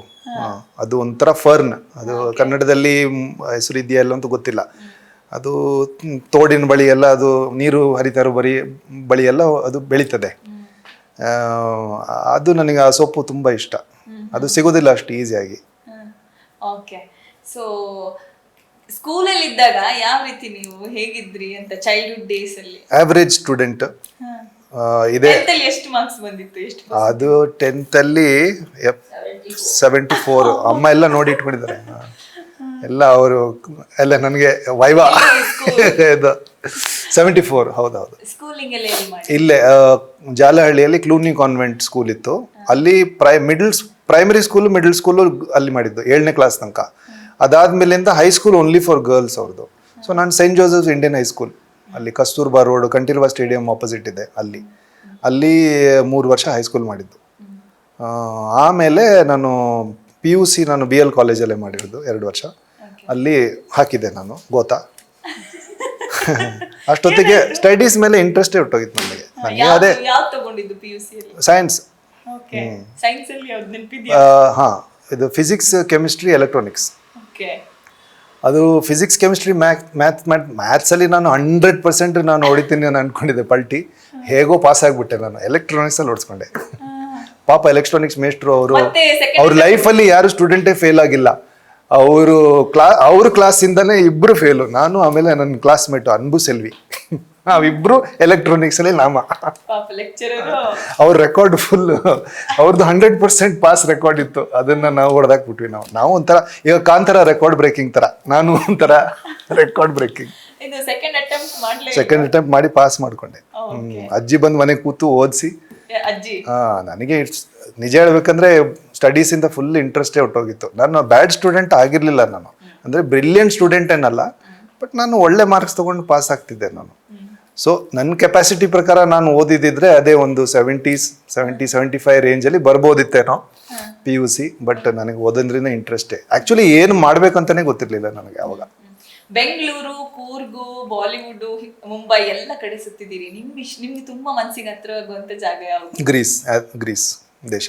ಓಕೆ, ತುಂಬಾ ಇಷ್ಟ ನನಗೆ. ಓಕೆ, ಇದನ್ನ ಮಾಡ್ತಿದೆ. ಗುಲ್ಶನ್ ಅವರು ಒಂದು ಗ್ರೀಕ್ ಯುವತಿಯನ್ನ ಮದುವೆ ಆಗಿದ್ರು, ನಂತರ ಅದು ಬ್ರೇಕಪ್ ಆಯ್ತು ಅಂತ. ಸೊ ಇದು ಬಟ್ ಇದೀವಿ ನಾವು, ಜೊತೆಗೆ ಇದೀವಿ ನಾವೀಗ. ಹೌದಾ? ಹೌದೌದು. ಎಲ್ಲಿದ್ದಾರೆ ಅವರು? ಅವ್ರು ಮುಂಬೈಲಿ ಇದ್ದಾರೆ. ಓಕೆ. ನನ್ನ ಮನೆಯಲ್ಲಿ. ನಾನು ಆಕ್ಚುಲಿ ಮುಂಬೈಯಲ್ಲಿ ಇರೋದು. ನಾನು ಮುಂಬೈ ವಾಸಿ ಈಗ 17 ವರ್ಷ ಆಯ್ತು. ಇದು ಅಪ್ಪ ಅಮ್ಮ ಮನೆ. ಓಕೆ. ಸೊ ಅದು ಹೇಳೋದಾದ್ರೆ ಎಲ್ಲಿ ಸಿಕ್ಕಿದ್ದವರು, ಹೇಗೆ? ಬಿಕಾಸ್ ಅವರು ನಾನು ನಾಟಕ ಮಾಡ್ತಾ ಇರ್ಬೇಕಾದ್ರೆ ಅವರು ಲಖನೌ ಅಲ್ಲಿ ನಮ್ಮ ಶೋ ಇತ್ತು. ಅವರು ಇಂಡಿಯಾಗೆ ಬಂದಿದ್ರು. ಅವರು ಪರ್ಯಟನ ಮಾಡ್ಲಿಕ್ಕೆ ಬಂದಿದ್ರು. ಅವ್ರಿಗೆ ಪರಿಚಯ ಇದ್ದವರೊಬ್ರು ನಮ್ಮ ಜೊತೆ ನಾಟಕ ಮಾಡ್ತಿದ್ರು. ಸೊ ಅವ್ರು ಇರ್ಲಿಕ್ಕೆ ವ್ಯವಸ್ಥೆ ಎಲ್ಲ ಮಾಡಿದ್ರು. ಸೊ ಹಾಗೆ ಅವರು ನಮ್ಮ ನಾಟಕ ನೋಡಕ್ ಬಂದಿದ್ರು, ನಮ್ಮ ಜೊತೆ ಇದ್ರು. ಅಲ್ಲಿಂದ ಆಮೇಲೆ ಲಖನೌವಿಂದ ನಾವು ಮುಂಬೈ ಬಂದ್ವಿ. ಅಲ್ಲಿ ಬೇರೆ ಶೋಸ್ ಇತ್ತು. ಆಮೇಲೆ ಪುಣೆಗೆ ಹೋಗಿದ್ವಿ. ಸೊ ಹಾಗೆ ಮಾತಾಡ್ತಾ ನಮ್ಮಲ್ಲಿ ಪ್ರೀತಿ, ಪ್ರೇಮ ಇದೆಲ್ಲ ಸ್ಟಾರ್ಟ್ ಆಯ್ತು. ಈಗ ಯೂಶುವಲಿ ನಿಮ್ಮ ಇಂಟರ್ಕ್ಯಾಸ್ಟ್ ಇಲ್ಲೆಲ್ಲ ಜಾಸ್ತಿ ಇದೆ. ಇಲ್ಲಿ ನಿಮ್ ತಂದೆ ತಾಯಿ ಹೇಗೆ ಒಪ್ಪಿದ್ರೆ? ಅದು ಅವ್ರನ್ನೇ ಕೇಳ್ಬೇಕು. ಅವ್ರಿಗೆ ಮಾಡ್ಲಿಕ್ಕೆ ಬಿಟ್ರಲ್ಲ, ಎಲ್ಲ ಮದ್ವೆ ಎಲ್ಲ ಮಾಡಿಸಿದ್ರಲ್ಲ ಅವರು. ನೀವು ಫಸ್ಟ್ ಗ್ರೀಕ್ ಯುವತಿ ಅಂತ ಹೇಳಿದಾಗ ಏನ್ ರಿಯಾಕ್ಷನ್ ಏನ್ ಬಂತಪ್ಪ? ಇಲ್ಲ, ಸ್ವಲ್ಪ ಇರ್ತದೆ, ಏನು ಹೇಗಿರ್ಬೋದು ಹಾಗಿರ್ಬೋದು ಅಂತೆಲ್ಲ ಇರ್ತದೆ. ಅಂದ್ರೆ ನಮ್ಗೆ ಗೊತ್ತಿಲ್ಲದೆ ಇರೋ ಕಲ್ಚರು, ಬೇರೆ ಜನ ಹೇಗೆ ಅಂತ. ಒಂದ್ಸರಿ ಭೇಟಿ ಆದ್ಮೇಲೆ ಎಲ್ಲ ಸರಿ ಆಗುತ್ತೆ. ಒಂದ್ಸರಿ ಭೇಟಿ ಆದ್ಮೇಲೆ ಗರ್ಕಿ ಭೇಟಿ. ಯಾವ ರೀಸನ್ಗೆ ಇಬ್ರು ದೂರ ಆಗಿದ್ದು ಅಂದ್ರೆ? ಅದು ಒಂದು ಕೆಲವೊಂದ್ಸರಿ ಆಗ್ತದೆ, ಕೆಲವೊಂದ್ಸರಿ ಅಡಚಣೆಗಳಿರ್ತದೆ ಲೈಫ್. ಬಟ್ ನಾವು ಅದನ್ನ ಇಲ್ಲ, ಅವ್ರದ್ದು ಬೇರೆ ಏನೇನೋ ಇರ್ತದೆ. ಅದು ಪರ್ಸನಲ್ ವಿಷಯ ಎಲ್ಲ. ಯಾಕೆ ಇವಾಗ ನಾವು ಬೇರೆ ಆಗಿದ್ದು ಒಳ್ಳೇದಾಯ್ತು. ಬಟ್ ಬೇರೆ ಆದ್ಮೇಲೆ ನಮ್ಮಲ್ಲಿರೋದು ಒಳ್ಳೆತನ, ಒಂದು ನಮ್ಮ ಪ್ರೀತಿ ಪ್ರೇಮ ಯಾವತ್ತಿಗೂ ಇತ್ತು. ಅದನ್ನು ಉಳಿಸ್ಕೊಂಡಿದ್ದೀವಿ ನಾವು. ಅದು ಕೆಲವೊಂದ್ಸರಿ ಏನಾಗುತ್ತೆ, ಹಣ್ಣು ಕೊಡೋ ಮರ ಅದು ಬೇರೆಲಿ ಅದಕ್ಕೆ ಏನಾದರೂ ಆಗ್ಬಿಟ್ರೆ ಅದನ್ನ ಮರನ ಕಡಿಯೋ ಬದಲು ನಾವು ಒಂದು ರೆಂಬೆ ಗಿಂಬೆ ಕಡಿದ್ಬಿಟ್ಟು ಮರ ಹಣ್ಣು ಕೊಡ್ತಾ ಇಲ್ಲ, ಆದ್ರೆ ಅದು ಇದೆ ಮರ. ಎಷ್ಟೋ ಜನ ದೂರ ಆಗ್ತಾರೆ, ಬಟ್ ಮತ್ತೆ ಒಟ್ಟಿಗೆ ಆಗೋದು ತುಂಬಾ ಕಮ್ಮಿ. ನೀವು ಯಾವ ಒಂದು ಆಸ್ಪೆಕ್ಟ್, ಯಾವ ರೀತಿ ನೀವು ಮತ್ತೆ ಒಟ್ಟಿಗೆ? ಹೀಗೆ ಮೆಲ್ಲಿಗೆ ಒಂದೊಂದು ಹೆಜ್ಜೆ one step at A time ಇಟ್ಕೊಂಡು. ಅಂದ್ರೆ ಹಾಗೇನು ಜಗಳ ಏನು ಇರಲಿಲ್ಲ, ನಾವು ನಡ್ಸ್ಕೊಳಿಕ್ಕಾಗಿಲ್ಲ. ಬಟ್ ಆದ್ರೆ ನಮ್ಮ ಮಧ್ಯದಲ್ಲಿ ಆ ಪ್ರೀತಿ ಯಾವತ್ತಿಗೂ ಇತ್ತು. ಅದನ್ನಾದ್ರೂ ಉಳಿಸ್ಕೊಳ್ಳೋ ಅಂತ ನಾವು ಫಸ್ಟು ಸ್ವಲ್ಪ ಟೈಮ್ ತಗೊಂಡ್ವಿ, ಒಂದು 3-4 ತಿಂಗಳು. ಆಮೇಲೆ ಮೆಲ್ಲೆ ಕಾಂಟ್ಯಾಕ್ಟಿಗೆ ಬಂದು, ಆಮೇಲೆ ಭೇಟಿಯಾಗೋದು, ಮಾತಾಡೋದು, ಏನಾಗ್ತಿದೆ ಲೈಫಲ್ಲಿ ಅಂತ. ಆಮೇಲೆ ಪರಸ್ಪರ ನಿಮ್ಗೆ ಏನಾದ್ರು ಹೆಲ್ಪ್ ಬೇಕಾ, ಹಾಗೆ ಹೀಗೆ ಅಂತ ಸ್ಲೋಲಿ ಒಟ್ಟಿಗೆ ಬರ್ತಿತ್ತು. ಸೊ ನಿಮ್ಗೆ ಈಗ ಇಷ್ಟು ಸಿನಿಮಾಗಳು ಮಾಡಿದ ನಂತರ ಯಾವತ್ತಾದ್ರೂ ಒಂದು ಪಾಯಿಂಟ್ ಅಲ್ಲಿ ಸಿನಿಮಾ ಫೀಲ್ಡ್ ಬೇಡ ಆಗಿತ್ತು ಅಂತ ಅನ್ಸಿರೋದಿದ್ಯಾ? ಇದುವರೆಗೂ ಅನ್ಸಿಲ್ಲ. ಮುಂದೆ ಅನ್ಸ್ಬೋದು, ಆಗ್ಬೋದು. ತುಂಬಾ ಪ್ರೆಷರ್ ಅಂತ ಅನ್ಸುತ್ತೆ. ಪ್ರೆಷರ್ ಏನು? ಮೊನ್ನೆ ಕೂಡ ದೀಪಿಕಾ ಪಡ್ಕೋಣೆ ಅವರು ಒಂದು ಸ್ಟೇಟ್ಮೆಂಟ್ ಕೊಡ್ತಾ ಇದ್ರು, ಆಕ್ಟರ್ಸ್ಗೆಲ್ಲ 8 hours ಅಂತ ಇದೆ. ಇದ್ರೆ ಒಳ್ಳೇದೇ, 8 hours. ಓಕೆ, ಬಟ್ ಫೀಮೇಲ್ ಆಕ್ಟರ್ಸ್ಗೆ ಆ ಥರ ಇನ್ನೂ ರೂಲ್ಸ್ ಇಲ್ಲ ಅಂತ. ಅದು ಬಂದ್ರೆ ಒಳ್ಳೇದೇ. I support. ಅಂದ್ರೆ ಅವ್ರ ರೀಸನ್ಸ್ ಬೇರೆ ಇರ್ಬೋದು, ಬಟ್ ನನ್ನ ರೀಸನ್ಸೇ ಬೇರೆ. 8 hours ಒಳ್ಳೇದೇ. ಯಾಕಂದ್ರೆ 8 hours ಎಲ್ಲರಿಗೂ 8 hours ಇದ್ರೆ ನಮ್ಗೆ ನಮ್ಮ ಫ್ಯಾಮಿಲಿ ಜೊತೆ, ನಮ್ಮ ಜೊತೆ ಬೇರೆದೆಲ್ಲ ಮಾಡ್ಲಿಕ್ಕೆ ಸ್ವಲ್ಪ ರಿಲ್ಯಾಕ್ಸ್ ಮಾಡ್ಲಿಕ್ಕೆ ಟೈಮ್ ಇರ್ತದೆ. 12 hours ಶಿಫ್ಟ್ ಆದ್ರೆ ದಿವಸದಲ್ಲಿ 24 ಗಂಟೆ ಇರೋದು. ಅಲ್ಲಿ ಅರ್ಧ ಟೈಮ್ ನೀವು ಕೆಲಸ ಮಾಡ್ತೀರಾ. ಆಮೇಲೆ ಅವ್ರು ಟ್ರಾವೆಲಿಂಗ್ ಮಾಡೋದು, ಬೇರೆ ಏನದಕ್ಕೂ ಟೈಮೇ ಇರಲ್ಲ. ಇವಾಗ ನಾವು 6 to 6 ಶಿಫ್ಟ್ ಹೊಡೆದ್ರೆ ಆಮೇಲೆ 6 ಗಂಟೆ ಮನೆ ಬರೋಷ್ಟೊತ್ತಿಗೆ 8-8:30 ಆಗಿರುತ್ತೆ ಕೆಲವೊಂದು ಸರಿ. ಸ್ನಾನ ಮಾಡಿ ಊಟ ಮಾಡಿ ಮಲಗೋದೆ. ಮಕ್ಕಳು, ನಮ್ಮ ವೈಫು, ಫ್ರೆಂಡ್ಸ್ ಜೊತೆ, ಅವ್ರ ಜೊತೆ ಎಲ್ಲ ಸ್ವಲ್ಪ ಅಂದರೆ ಮೈಂಡು ಹೆಲ್ದಿಯಾಗಿರ್ಬೇಕಂದ್ರೆ ಸ್ವಲ್ಪ ಟೈಮ್ ಕೊಡಬೇಕು. ಅದಕ್ಕೆ ನಮ್ಮ ಜೀವನಕ್ಕೆ ನಾವು ಸ್ವಲ್ಪ ಟೈಮ್ ಕೊಡಬೇಕು. ಸೊ 8 ಅವರ್ ಶಿಫ್ಟ್ ಇದ್ದಾಗ ಅದೊಂದು ಎಕ್ಸ್ಟ್ರಾ 2 ಅವರ್ಸ್ 3 ಅವರ್ಸ್ ನಿಮಗೆ ಸಿಗ್ತದೆ. ಅಂದರೆ ಸ್ವಲ್ಪ ರೆಕ್ರಿಯೇಷನಲ್ ಆ್ಯಕ್ಟಿವಿಟೀಸ್ ಮಾಡಲಿಕ್ಕೆ. ಇದರಿಂದ ಮೈಂಡ್ ಯಾವತ್ತೂ ಫ್ರೆಶ್ ಆಗಿ ಇರ್ತದೆ, ಸ್ಟ್ರೆಸ್ ಇರೋದಿಲ್ಲ. ಅಂದರೆ ಕಮ್ಮಿ ಇರ್ತದೆ ಕಮ್ಮಿ ಇರ್ತದೆ. ಅದನ್ನು ಮ್ಯಾನೇಜ್ ಮಾಡ್ಲಿಕ್ಕೆ ನಿಮ್ಗೆ ಟೈಮ್ ಸಿಗ್ತದೆ. ಇದು ನನ್ನ ಅಭಿಪ್ರಾಯ. ನಾನು ನೋಡಿದ್ದೇನೆ. ನಾನು ಇಷ್ಟೊಂದು 15 ಇಯರ್ಸಿಂದ ನಾನು ಕೆಲಸ ಮಾಡ್ತಾ ಇದ್ದೇನೆ ಕನ್ನಡದಲ್ಲಿ. ಮೊದಲನೇ ನಂದು ವರ್ಷ. ಬಟ್ 15 ವರ್ಷದಿಂದ ನಾನು ಸಿನಿಮಾ ರಂಗದಲ್ಲಿ ಕೆಲಸ ಮಾಡ್ತಾ ಇದ್ದೇನೆ. ಸೊ ನಾನು ನೋಡ್ತೇನೆ, ಜನರು ಮಲಗಿರಲ್ಲ, ನಿದ್ದೆಗೆಟ್ಟು ಕೆಲಸ ಮಾಡ್ತಾರೆ, ಡಬಲ್ ಶಿಫ್ಟ್ ಹೊಡಿತಾರೆ. 8 ಅವರ್ಸ್, ಎಲ್ಲರಿಗೂ 8 ಅವರ್ಸ್ ಇದ್ರೆ ಒಳ್ಳೇದು. ಬಾಲಿವುಡ್ ಮತ್ತೆ ಕನ್ನಡ ಇಂಡಸ್ಟ್ರಿಗೆ ಏನು ಡಿಫ್ರೆನ್ಸ್ ಅಂತ ನಿಮ್ಗೆ ಅನ್ಸುತ್ತೆ ಇಷ್ಟು ವರ್ಷ ನೋಡಿರೋದು? ಜಾಸ್ತಿ ಏನಿಲ್ಲ. ನಮ್ಮಲ್ಲಿ ಸ್ವಲ್ಪ ಹೆಂಗಸರು ಜಾಸ್ತಿ ಇರ್ತಾರೆ ಡಿಪಾರ್ಟ್ಮೆಂಟಲ್ಲಿ. ನಾನು ಒಂದೇ ಮಾಡಿದ್ದಲ್ಲ ಸಿನಿಮಾ, ಇನ್ನೊಂದು 4-5 ಮಾಡಿದ ಮೇಲೆ ಸ್ವಲ್ಪ ಇರ್ಬೋದು. ಬಟ್ ನಾನು ಒಂದರಲ್ಲಿ ನೋಡಿದ್ರಲ್ಲಿ ನಾನು ಹೇಳ್ತೇನೆ. ಇನ್ನೊಂದು ಟೆಕ್ನಿಕಲಿ ಇಲ್ಲಿ ಡಬ್ಬಿಂಗ್ ಮಾಡೋದು ಜಾಸ್ತಿ ಅವರಿಗೆ ಇಷ್ಟ. ನಮ್ಮಲ್ಲಿ ಸ್ವಲ್ಪ ಸಿಂಕ್ ಸೌಂಡ್ ನಾವು ಮಾಡ್ತೀವಿ, ಸಿಂಕ್ರೊನೈಸ್ ಸೌಂಡ್ ಮಾಡ್ತೀವಿ, ಆನ್ ಸೆಟ್ ಸೌಂಡ್. ಅದು ಸ್ವಲ್ಪ ಕಷ್ಟ, ಸೈಲೆನ್ಸ್ ಮಾಡಿಸ್ಬೇಕು ಎಲ್ಲ. ಸೊ ಅದೊಂದು ಸ್ಟೈಲ್ ಇದೆ. ಇನ್ನೊಂದು, ನಾವು ವ್ಯಾನಿಟಿ ವ್ಯಾನ್ ಅಂತೀವಿ, ಇಲ್ಲಿ ಕ್ಯಾರವ್ಯಾನ್ ಅಂತಾರೆ ನಮ್ಮ ಡ್ರೆಸ್ಸಿಂಗ್ ರೂಮ್ಸ್ಗೆ. ಅಷ್ಟೇ, ಸಣ್ಣ ಸಣ್ಣ ಡಿಫ್ರೆನ್ಸಸ್ ಅಷ್ಟೇ. ಶಿಫ್ಟ್ ಟೈಮಿಂಗ್ಸು ಐ ಥಿಂಕ್ ಇಲ್ಲಿ ಸ್ವಲ್ಪ ಬೇರೆ, ಕ್ಯಾಲ್ಕುಲೇಷನ್ ಬೇರೆ. ನಮ್ಮಲ್ಲಿ 1 ಶಿಫ್ಟು ಕ್ಯಾಲ್ಕುಲೇಷನ್ ಬೇರೆ, ಇಲ್ಲಿ 1 ಶಿಫ್ಟ್ ಕ್ಯಾಲ್ಕುಲೇಷನ್ ಬೇರೆ. ಸೊ ಹಾಗೆಲ್ಲ ಇದೆ. I think Tamil industry, Malayalam, ಅವ್ರದ್ದು ಎಲ್ಲರದ್ದು ಕ್ಯಾಲ್ಕುಲೇಷನ್ ಸ್ವಲ್ಪ ಬೇರೆ ಇದೆ. ಬಟ್ ನನಗೆ ಅಷ್ಟೊಂದು ಗೊತ್ತಿಲ್ಲ.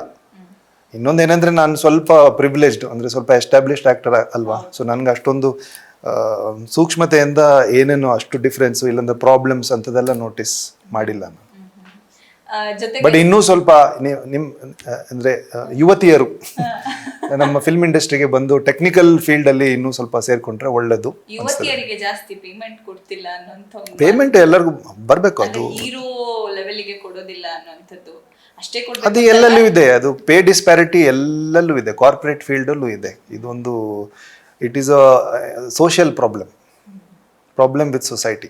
ಸಂಭಾವನೆ ಬಗ್ಗೆ ಎಷ್ಟು ಡಿಫ್ರೆನ್ಸ್ ಅನ್ಸುತ್ತೆ ಕನ್ನಡ ಇಂಡಸ್ಟ್ರಿಗೂ ಮತ್ತೆ ಬಾಲಿವುಡ್? ಅದು ಗೊತ್ತಾಗಿಲ್ಲ ನನಗೆ. ಪೇಮೆಂಟ್ಸ್ ಓಕೆ, ಪೇಮೆಂಟ್ಗೆ ಗೊತ್ತಿಲ್ಲ. ನಾನು ಇದು ಫಸ್ಟ್ ಟೈಮ್ ಅಲ್ವಾ. ನಾನು ಯೂಶುವಲಿ ಎಷ್ಟು ಚಾರ್ಜ್ ಮಾಡ್ತೀನಿ ಅಷ್ಟೇ ಮಾಡಿದ್ದು ನಾನು. ನನಗೆ ಅಷ್ಟೊಂದು ಸೋಷಿಯಲ್ ಮೀಡಿಯಾದಲ್ಲಿ ಗುಲ್ಶನ್ ತಗೊಂಡಿದ್ದಾರೆ, ಅಷ್ಟು ತಗೊಂಡಿದ್ದಾರೆ, ಈ ಪಾತ್ರಕ್ಕೆ ಇಷ್ಟು ಹೌದಾ, ಅಂತೆಲ್ಲ ನಾನು ಬರುತ್ತೆ. ಯಾವುದು ನೋಡಿಲ್ಲ ನಾನು. ಸೊ ನೀವ್ ಏನ್ ಹೇಳ್ತೀರಿ? ಅಲ್ಲ, ಊಹೆ ಮಾಡ್ತಾ ಇರ್ಲಿ ಎಲ್ಲರೂ. ಡೇ 1 ಫಸ್ಟ್ ಪೇಮೆಂಟ್ ಎಷ್ಟಿತ್ತು ಅದಾದ್ರೆ ಹೇಳ್ಬೋದು? ಸ್ಟಾರ್ಟಿಂಗ್ ಫಸ್ಟ್ ಸಿನಿಮಾ ಮಾಡಿದಾಗ ಗುಲ್ಶನ್ ಅವ್ರು ಎಷ್ಟು ಸಂಭಾವನೆ? ಸಿಕ್ಕೇ ಇಲ್ಲ. ಅದು 12,000 ರೂಪಾಯಿ. ಸಿಕ್ಕೇ ಇಲ್ವಾ? Decent actually. ಕೆಲವರು ವಿತೌಟ್ ಪೇಮೆಂಟು ಇಲ್ಲ 50 ರೂಪಾಯಿ 100 ರೂಪಾಯಿ ಮಾಡ್ತಾರೆ. ಬಟ್ ನಾನೊಂದು ಯಾಕೆ ಹಿಂಗೆ ಆಡ್ತಿರೋ ಅಂತ ಒಂದು ಸೀರಿಯಲಲ್ಲಿ ಒಂದು 3 ದಿವಸ ಕೆಲಸ ಮಾಡಿದ್ದೀನಿ ಇಲ್ಲಿ. ಇವರು ಸಿ ಕೈ ಚಂದ್ರ ಅವ್ರದ್ದು. 3 days. ಅದರಲ್ಲಿ ಹಿಂದಿ ಡೈಲಾಗ್ಸ್ ಅಂತ ಕನ್ನಡದಲ್ಲಿ ಏನಿಲ್ಲ. ಅವ್ರಿಗೆ ಯಾರೋ ಹಿಂದಿ ಮಾತಾಡೋರು ಬೇಕಿತ್ತು. ಸೊ ಅಲ್ಲಿ ಹೋಗಿದ್ದೆ. ಅದು 500 rupees I think per day. 500 ರೂಪಾಯಿ ಏನ್ ಮಾಡಿದ್ರಿ ನೆನಪಿದ್ಯಾ? ಪೆಟ್ರೋಲ್ ಹಾಕ್ಸಿದೆ ನಾನು. ಹೋಗೋದು ಬರೋದ್ರಲ್ಲೇ. ಗುಲ್ಶನ್ ಅವ್ರು ಹೇಗೆ ಟಿಪಿಕಲ್ ಹೋಮ್ಲಿನಾ? ಈಗ ಸಂಬಳ ಬಂದ ತಕ್ಷಣ ಇದಕ್ಕೆ ಖರ್ಚು ಮಾಡಬೇಕು, ಇದಕ್ಕೆ ಇಷ್ಟು ಎತ್ತಿಡ್ಬೇಕು, ಇಷ್ಟು ಇನ್ವೆಸ್ಟ್ಮೆಂಟ್? ಈಗ ಮೊದಲು ಎಲ್ಲ ಖರ್ಚಾಗ್ಬಿಡ್ತಾ ಇತ್ತು. ಈಗ ಎಲ್ಲ ಇನ್ವೆಸ್ಟ್ಮೆಂಟ್ ಹೇಗೆ ಮಾಡಬೇಕು ಅಂತ ಅದ್ರ ಬಗ್ಗೆ ಸ್ವಲ್ಪ ತಲೆ. ಈಗ ಮೆಚೂರ್ ಆಯ್ತಲ್ಲ, ಈಗ ಜವಾಬ್ದಾರಿ ತಗೊಂಡಾಯ್ತಲ್ಲ. ಈಗ ಯಾವಾಗ ಜವಾಬ್ದಾರಿ ಬಂದದ್ದು? ಐ ಥಿಂಕ್ ಒಂದು 40 ವಯಸ್ಸು ಆದ್ಮೇಲಿಂದ ಜವಾಬ್ದಾರಿ ಬಂದದ್ದು. ಅಂದ್ರೆ ಜವಾಬ್ದಾರಿನ ವಹಿಸ್ಕೋಬೇಕು ಅಂತ ಅರ್ಥ ಆಗಿದ್ದು. ಅದಕ್ಕೆ ಮೊದಲು ಸ್ವಲ್ಪ ಬೇಜವಾಬ್ದಾರಿ ಆಗಿದ್ದೆ ನಾನು. ನಂದೇ ಒಂದು ಲೋಕದಲ್ಲಿ ಇರ್ತಾ ಇದ್ದೆ. ಐ ಥಿಂಕ್ 40 ಆದ್ಮೇಲಿಂದ ಸ್ವಲ್ಪ ಬುದ್ಧಿ ಬರ್ತದೆ. ನಂದೊಂದು ಥಿಯರಿ ಇದೆ, ಗಂಡಸರಿಗೆ 40ರಿಂದ 50 ವಯಸ್ಸು ಒಳಗೆ ಬುದ್ಧಿ ಬಂದಿತ್ತು, ಇಲ್ಲಾಂದ್ರೆ ಬರಲ್ಲ. ಲೈಫ್ ಲಾಂಗ್ ಬರೋದಿಲ್ಲ, ಆಯ್ತಾ? ನನ್ನ ಅನಿಸಿಕೆ ಏನಂದ್ರೆ, ನನಗೆ ಬಂದಿದೆ ಅಂತ ಗೊತ್ತಿಲ್ಲ, ನಾನು ಹೇಳ್ಕೊಳ್ತಾ ಇರೋದು. ಇದು ಬೇರೆಯವ್ರು ನೋಡಿ ಹೇಳ್ಬೇಕಷ್ಟೇ ಬುದ್ಧಿ ಬಂದಿದೆ ಇಲ್ವಾ ಅಂತ. ಇದು ನಂದೇ ಥಿಯರಿ. ಓಕೆ. ತುಂಬಾ ಟೈಮ್ ನೀವು ಮುಂಬೈಯಲ್ಲಿ ಇರ್ತೀರಿ, ಸೊ ಶೂಟಿಂಗ್ ಇರುತ್ತೆ. ನೀವು ಇಲ್ಲಿ ಬೆಂಗಳೂರಲ್ಲಿ ತಂದೆ ತಾಯಿಯನ್ನು ನೋಡ್ಕೊಳ್ಳೋದು? ಬರ್ತಾ ಹೋಗ್ತಾ ಇರ್ತೇನೆ. ಇಲ್ಲಿ ಇದೆ ನಮ್ಮ ಇವರು ಸುರೇಶ್ ಅವರಿದ್ದಾರೆ, ನಮ್ಮ ನೇಬರ್ ಇದ್ದಾರೆ ವಾಸು. ಇವರೆಲ್ಲ ಇರೋದಕ್ಕೆ ಸ್ವಲ್ಪ ಅವರು ನಮ್ಮ ತಂದೆ ತಾಯಿನ ತುಂಬಾ ಪ್ರೀತಿ ಮಾಡ್ತಾರೆ. ಅವ್ರು ಏನಾದ್ರು ಇದ್ರೆ ಅವರು ಬಂದು ಹೆಲ್ಪ್ ಮಾಡ್ತಾರೆ. ವಿದ್ಯಾವತಿ ಅವರಿದ್ದಾರೆ ನಮ್ಮ ಮನೇಲಿ. ಎಲ್ಲಿ ವಿದ್ಯಾವತಿ? ಇಲ್ಲಿ ಟಾಟಾ ಹೇಳೋಣ ಅವ್ರಿಗೆ. ಒಳಗಿದ್ದಾರೆ. ಬರ್ತಾ ಹೋಗ್ತಾ ಇರ್ತೀನಿ. ಈಗ ಸ್ವಲ್ಪ ಏಜ್ ಆಗ್ತಾ ಇದೆ, ಸೊ ಚೆಕಪ್ಸ್ ಇರುತ್ತೆ, ಮನೆ ಕೆಲಸಗಳು ಇರುತ್ತೆ, ಸ್ಲೋಲಿ ಬಟ್ ಎಲ್ಲ ಅಪ್ಪ ಅಮ್ಮನೇ ನಡ್ಸ್ಕೊತಾ ಇರೋದು, ಮನೆಗಿನೇ ಎಲ್ಲ ಅವರೇ ನೋಡೋದು. ನಾನು ಬರೀ ಹೆಲ್ಪ್ ಮಾಡೋದಷ್ಟೇ. ಆಮೇಲೆ ಮೆಡಿಕಲ್ ಏನಾದರೂ ಇದ್ದರೆ ಮಾತ್ರ ನಾನು ಬಂದು ಕರ್ಕೊಂಡು ಹೋಗೋದು ಅಷ್ಟೇ. ಮಿಕ್ಕಿದೆಲ್ಲ ಮಾಡ್ಕೊಳ್ತಾರೆ ಅವರೇ, ಸೆಲ್ಫ್ ಸಫಿಷಿಯೆಂಟ್. ಅದಕ್ಕೆ ಬಿಟ್ಟಿದ್ದು ನನ್ನ, ಹೋಗು ನೀನು, ನಿನ್ಗೇನು ಮಾಡಬೇಕು ಮಾಡು ಅಂತ ಆ ಫ್ರೀಡಮ್ ಸಿಕ್ಕಿದ್ದು. ಯಾಕಂದರೆ ಅವ್ರು ಸೆಲ್ಫ್ ಸಫಿಷಿಯೆಂಟ್. ಮಿಸ್ ಮಾಡ್ಕೊಳ್ತೀರಾ ಅಲ್ಲಿದ್ದಾಗ? ಆಗ್ತದೆ, ಮಿಸ್ ಆಗ್ತದೆ, ಸರ್ಪ್ರೈಸ್ ಅವರಿಗೂ ಆಗ್ತದೆ, ಮಿಸ್ ಆಗ್ತದೆ ಅಲ್ವಾ. ಒಬ್ನೇ ಮಗ ಅಂತ, ಒಬ್ಬನೇ ಮಗು, ಇನ್ನೂ ಮಗು. ಈ ಅಂದರೆ ಅವ್ರು ಅದೇ ಹೇಳ್ತಾರೆ, ನಾನು ಅದೇ ಹೇಳೋದು, ಒಂದು ವಯಸ್ಸಾದ್ಮೇಲೆ ದೊಡ್ಡವರಾಗಿದ್ದಾರೆ ಅಂತ ನೀವು ಎಕ್ಸೆಪ್ಟ್ ಮಾಡ್ಕೊಂಬಿಡಿ ಅಂತ. ಬಟ್ ಅವರು ಮಗುನೇ, ಅವರಿಗೆ ಇನ್ನೂ ಮಗುನೇ. ಓಕೆ, ನಿಮ್ಮ ಮತ್ತೆ ರಿಷಬ್ ಶೆಟ್ಟಿ ಅವರ ಒಡನಾಟದ ಬಗ್ಗೆ ಹೇಳೋದಾದ್ರೆ, ನೀವು ನಾನು ನೋಡ್ತಾ ಇದ್ದೆ, ನೀವೆಲ್ಲ ಒಂದ್ ಕಡೆ ಹೇಳ್ತಿದ್ರಿ ಕಾಂತಾರ ಹಿಂದೆ ಎಲ್ಲ ಬಿದ್ದಿದ್ದಾರೆ, ನನಗೆ ರಿಷಬ್ ಶೆಟ್ಟರು ಕರೀತಾರೋ ಇಲ್ವೋ, ಏನಾಗಿದೆ ಅಂತ ಗೊತ್ತಿಲ್ಲ ಅಂತ. ಇಲ್ಲ ನನಗೆ ಕರೀತಾರೆ ಅಂತ ಗೊತ್ತಿತ್ತು. ಹೆಂಗೆ? ಒಂದು ಇನ್ಸ್ಟಿಂಕ್ಟ್ ಇರ್ತದೆ. ಯಾಕಂದ್ರೆ ಅವರು ಒಂದು 3 ಕತೆಗಳು ನನಗೆ ಹೇಳಿದ್ರು ಮೊದಲು. ಮೊದಲನೇ ಕಾಂತಾರ ಮಾಡೋಕೆ ಮೊದಲೇ ನಾವು ಪ್ರಯತ್ನ ಪಡಿದ್ವಿ. ಒಂದು ಸಿನಿಮಾ ರುದ್ರಪ್ರಾಯಗ ಅಂತಂದು ಇತ್ತು, ಅದನ್ನ ಅನೌನ್ಸು ಮಾಡಿದ್ರು ಅವರು. ಆಮೇಲೆ ಇದು ಲಾಕ್ಡೌನ್ ಎಲ್ಲ ಶುರು ಆಯ್ತು, ಆಮೇಲೆ ಅದಷ್ಟೇ, ಅದು ಕತೆ ಮುಗೀತು ಅದ್ರದ್ದು. ಅದ್ರ ನಡುವಿನಲ್ಲಿ ಅವರು ಮಾಡ್ತಾ ಇದ್ರಲ್ಲ, ಲಾಕ್ಡೌನ್ ಟೈಮಲ್ಲಿ ಸಿನಿಮಾ ಮಾಡ್ತಾ ಇದ್ರು. ಆಮೇಲೆ ಕಾಂತಾರ ಆಯ್ತು, ಕಾಂತಾರ ಆದ್ಮೇಲೆ ಅವ್ರ ಲೈಫ್ ಚೇಂಜ್. ಆಗ ನನಗನ್ಸ್ತು, ಇವರು ಇನ್ನೊಂದು ಸೆಕೆಂಡ್ ಕಾಂತಾರ ಅವರು ಅನೌನ್ಸ್ ಮಾಡಿದಾಗ ನನಗನ್ಸ್ತು ಮೋಸ್ಟ್ಲಿ ಶೆಟ್ರು ಕರೀತಾರೆ ಅಂತ. ಒಂದು ಇನ್ಸ್ಟಿಂಕ್ಟ್, ಬೇರೆ ಏನಿಲ್ಲ, ಇನ್ಫಾರ್ಮೇಶನ್ ಏನಿರಲಿಲ್ಲ, ಒಂದು ಇನ್ಸ್ಟಿಂಕ್ಟ್. ಆಮೇಲೆ ಅವ್ರ ಫೋನ್ ಬಂತು ರಾತ್ರಿ 12 ಗಂಟೆಗೆ. ನಾನು ಬೆಂಗಳೂರಿಗೆ ಬಂದಿದ್ದೆ ಮೋಸ್ಟ್ಲಿ. ನನ್ನ ಫೋನ್ ನೋಡಿ ನಾನು ಎತ್ತದಿಲ್ಲ, ನಾನು ಮಲಗಿದ್ದಾಗ ಎಬ್ಸಿದವರು, ನಾನು ಎತ್ತಲಿಲ್ಲ. ಆಮೇಲೆ ಮಾರನೇ ದಿವಸ ಮಾತಾಡಿದ್ರು. ಸೊ ನೀವು ತುಂಬಾ ಆಕ್ಟರ್ಸ್ ಜೊತೆ ಎಲ್ಲ ಮಾಡಿದ್ದೀರಿ. ರಾಮ್ಲೀಲಾ ಟೈಮಲ್ಲಿ ದೀಪಿಕಾ ಪಡುಕೋಣೆ ಅವ್ರ ಜೊತೆನೂ ಮಾಡಿದ್ರಿ. ಸೊ ಅವ್ರ ಜೊತೆ ಹೇಗಿತ್ತು? ಚೆನ್ನಾಗಿತ್ತು, ತುಂಬಾ ಪ್ರೊಫೆಷನಲ್ ಆಕ್ಟರ್ ಅವರು. Okay, extremely professional. Easily you can be friends. Easily, ನನಗೆ ತುಂಬಾ ಅಷ್ಟೊಂದು ಕಷ್ಟ ಆಗಿಲ್ಲ. ನಾವು ಸ್ವಲ್ಪ ಕನ್ನಡನೂ ಮಾತಾಡ್ತಿದ್ವಿ. ಆಮೇಲೆ ವೆರಿ ಹಾರ್ಡ್ ವರ್ಕಿಂಗ್, ತುಂಬ ಹಾರ್ಡ್ ವರ್ಕಿಂಗ್. ಆ ಡಾನ್ಸ್ ಸೀಕ್ವೆನ್ಸಸ್ಸು ಅದೆಲ್ಲ ಬಂದು ಮಾಡೋದು. ಮತ್ತು ಅವ್ರ ಲೈಫ್ ಸ್ಟೈಲ್ ಏನಂದರೆ, ಸ್ಟಾರ್ ಅಂದಮೇಲೆ ಬರೀ ಆ್ಯಕ್ಟಿಂಗ್ ಅಲ್ಲ, ಬೇರೆ ಅವ್ರದ್ದು ಒಂದು ಈಕೋಸಿಸ್ಟಮ್ ಇರ್ತದೆ. ಅದರಲ್ಲಿ ಬೇರೆ ಫಂಕ್ಷನ್ಸ್ ಇರುತ್ತೆ, ಪ್ರೋಗ್ರಾಮ್ಸ್ ಇರುತ್ತೆ, ಬ್ರ್ಯಾಂಡ್ ಎಂಡೋರ್ಸ್ಮೆಂಟ್ಸ್ ಇರುತ್ತೆ, ಬೇರೆ ದೇಶದಲ್ಲಿ ಹೋಗ್ಬಿಟ್ಟು ಪರ್ಫಾರ್ಮೆನ್ಸಸ್ ಕೊಡೋದಿರುತ್ತೆ. ಅದ್ರ ಮಧ್ಯದಲ್ಲಿ ನಡುವಿನಲ್ಲಿ ಬಂದ್ಬಿಟ್ಟು ಮತ್ತೆ ಶೂಟಿಂಗ್ ಇರುತ್ತೆ. ಶೆಡ್ಯೂಲ್ಗಳು ತುಂಬ ಸ್ಟ್ರೆಸ್ಫುಲ್ ಆಗಿರುತ್ತೆ. ಆ ಸ್ಟ್ರೆಸ್ಸನ್ನೆಲ್ಲ ಹ್ಯಾಂಡಲ್ ಮಾಡೋದು, ಅವ್ರ ಮೇಲಿರೋ ಪ್ರೆಷರು, ಎಕ್ಸ್ಪೆಕ್ಟೇಷನ್ಸ್, ಇದನ್ನೆಲ್ಲ ಹ್ಯಾಂಡಲ್ ಮಾಡೋದು, ಟೈಮಿಗೆ ಸರಿಯಾಗಿ ಬರೋದು, ಹಾರ್ಡ್ ವರ್ಕ್ ಮಾಡೋದು, ಇದೆಲ್ಲ ಕಷ್ಟನೇ. ನೋಡಿದವರು ಭಾಳ ಈಸಿಯಾಗಿ ಹೇಳ್ಬಿಡ್ತಾರೆ ಹೀಗೆ ಹಾಗೆ ಅಂತ. ಪರವಾಗಿಲ್ಲ, ಅವ್ರಿಗೆಲ್ಲ ಇಂಥ ಎಷ್ಟು ಶ್ರಮ ಪಡ್ತಾರೆ, ಶ್ರಮ ಪಟ್ಟವರಿಗೆಲ್ಲ ಫಲ ಕೊಡಬೇಕು ಅಂತ ಹೇಳ್ತಾ ಇಲ್ಲ ನಾನು. ಬಟ್ ಕೆಲವೊಂದು ಸರಿ ಭಾಳ ಈಸಿಯಾಗಿ ಇವ್ರನ್ನೆಲ್ಲ ಇವ್ರು ಹಾಗೆ ಹೀಗೆ ಅಂತ ಹೇಳ್ಬಿಡ್ತಾರೆ, ಅದು ತಪ್ಪು. ಇದು ನೆಪೋಟಿಸಮ್ ಔಟ್ಸೈಡರ್ ಮತ್ತೆ ಬಾಲಿವುಡ್ ಅಲ್ಲಿ ಇರುವಂತ ನಿಜವಾಗ್ಲೂ ಈ ರೀತಿ ಡಿಫರೆನ್ಸಸ್ ಇದೆಯಾ? ನಿಮ್ಗೆ ಏನ್ ಅನ್ಸ್ತು? ನನಗೇನು ಅನ್ಸುತ್ತೆ, ಇಟ್ ನೆವರ್ ಬಾದರ್ಡ್ ಮೀ. ಅಥವಾ ಟ್ಯಾಲೆಂಟ್ ವಿಲ್ ವರ್ಕ್ ಅಂತ ಅನ್ಸುತ್ತೆ? Of course it is going to work. ಅಂದರೆ ನೆಪೋಟಿಸಮ್ ಅಲ್ಲಿ ಅವ್ರಿಗೆ ಇರೋದು ಅಡ್ವಾಂಟೇಜ್ ಒಂದೇ. ನೋಡಿ, ಇದು ಪ್ರೈವೇಟ್ ಎಂಟರ್ಪ್ರೈಸ್, ಇದನ್ನು ಗೌರ್ಮೆಂಟ್ ಕೊಟ್ಟಿರೋದು ಒಂದು ರಿಸರ್ವೇಷನ್ ಕೋಟಾ ಏನಲ್ಲ. ಇವಾಗ ಇಷ್ಟು ಜನಕ್ಕೆ ಇಷ್ಟು ಬರಬೇಕು ಅಂತ ಮೆರಿಟ್ ಬರೋದೇ ಇಲ್ಲ. ಕಲೆಯಲ್ಲಿ ಮೆರಿಟ್ ಎಕ್ಸಿಸ್ಟೇ ಆಗೋದಿಲ್ಲ. ಯಾಕೆಂದರೆ ಈ ಬೊಂಬೆ ಇದೆ, ನಮ್ಮಿಬ್ಬರು ಅಭಿಪ್ರಾಯ ಈ ಬೊಂಬೆ ಬಗ್ಗೆ ಬೇರೆದಿರ್ಬೋದು, ಅದು ಸರಿನೇ. ನೀವು ಇದು ಬೊಂಬೆ ಚೆನ್ನಾಗಿದೆ ಅನ್ಬೋದು, ನಾನು ಬೊಂಬೆ ಚೆನ್ನಾಗಿಲ್ಲ ಅನ್ಬೋದು. ನಾನು ನನ್ನ ಕಡೆ ಸರಿ, ನೀವು ನಿಮ್ಮ ಕಡೆ ಸರಿ. So cinema, art, talent, acting, ಕಲೆ, ಇದರಲ್ಲಿ ಯಾವುದನ್ನು ನಾವು ಮೆಜರ್ ಮಾಡೋಕ್ಕಾಗಲ್ಲ. ಸೊ ಹಾಗಿದ್ದಾಗ ಮೆರಿಟ್ ಅಂತ ಏನು ಹೇಳ್ತೀರ ನೀವು? ಅದು ಒಬ್ಬೊಬ್ಬರ ಅಭಿಪ್ರಾಯ ಅಷ್ಟೇ, ಆಯಿತಾ? ಅವರೇ ಯಾರಾದ್ರೂ ಜೊತೆಗೆ, ಇವಾಗ ಇದು ಕನ್ನಡ ಸಿನಿಮಾದಲ್ಲೂ ಅಷ್ಟೇ ಎಷ್ಟೊಂದು ಜನ ಪ್ರೊಡ್ಯೂಸರ್ ಮಕ್ಕಳು, ಇಲ್ಲ ತೆಲುಗು ಸಿನಿಮಾದಲ್ಲೂ ಇದ್ದಾರೆ ಎಷ್ಟೊಂದು ಜನ ಪ್ರೊಡ್ಯೂಸರ್, ಅಂದರೆ 3rd 4th ಜನರೇಷನ್ ಇವರು ಮೂವಿ ಸ್ಟಾರ್ಸು ಇದ್ದಾರೆ. ಅವರೆಲ್ಲ ಅವ್ರ ಫ್ಯಾಮಿಲಿಯಿಂದನೇ ಬಂದ್ಕೊಂಡಿದ್ದಲ್ವಾ? ನೆಪೋಟಿಸಮ್ ಇದೆಯಲ್ವಾ? ಅದರಲ್ಲಿ ನಮಗಿರೋದು ಒಂದೇ ಕಷ್ಟ, ಅಂದರೆ ಅಲ್ಲಿ ಅದೇ ಎನ್ವೈರನ್ಮೆಂಟಲ್ಲಿ ಬೆಳೆದವ್ರಿಗೆ ಯಾವುದು ಹೇಗೆ ವರ್ಕ್ ಆಗ್ತದೆ ಅಂತ ಎಕ್ಸ್ಪೀರಿಯನ್ಸ್ ಇರುತ್ತೆ. ನಾವು ಹೋಗಿ ಕಲ್ತ್ಕೋಬೇಕು. ಅವರಿಗೆ ಸಣ್ಣ ವಯಸ್ಸಿಂದನೇ ಅದನ್ನು ನೋಡಿ ಅವ್ರಿಗಿರ್ತದೆ, ಹೀಗೆ ಈ ವರ್ಲ್ಡ್ ಹೀಗೆ ಇಲ್ಲಿಗ. ಮಿಕ್ಕಿದ್ದು ನೀವು ಪಡಬೇಕಾಗಿರೋ ಶ್ರಮ, ನೀವು ಆಪರ್ಚುನಿಟೀಸ್ಗಳು ಅವರು ಸಿಗೋದು ಸ್ವಲ್ಪ ಈಸಿ. ಯಾಕಂದರೆ ಗೊತ್ತಿರುತ್ತಲ್ಲ, ಪರಿಚಯ ಇರ್ತದಲ್ಲ, ನೆಟ್ವರ್ಕಿಂಗ್ ಈಸಿ ಅಲ್ಲ ಅವ್ರಿಗೆ. ಅದು ತಪ್ಪು ಅಂತ ಹೇಳೋದು ತಪ್ಪು.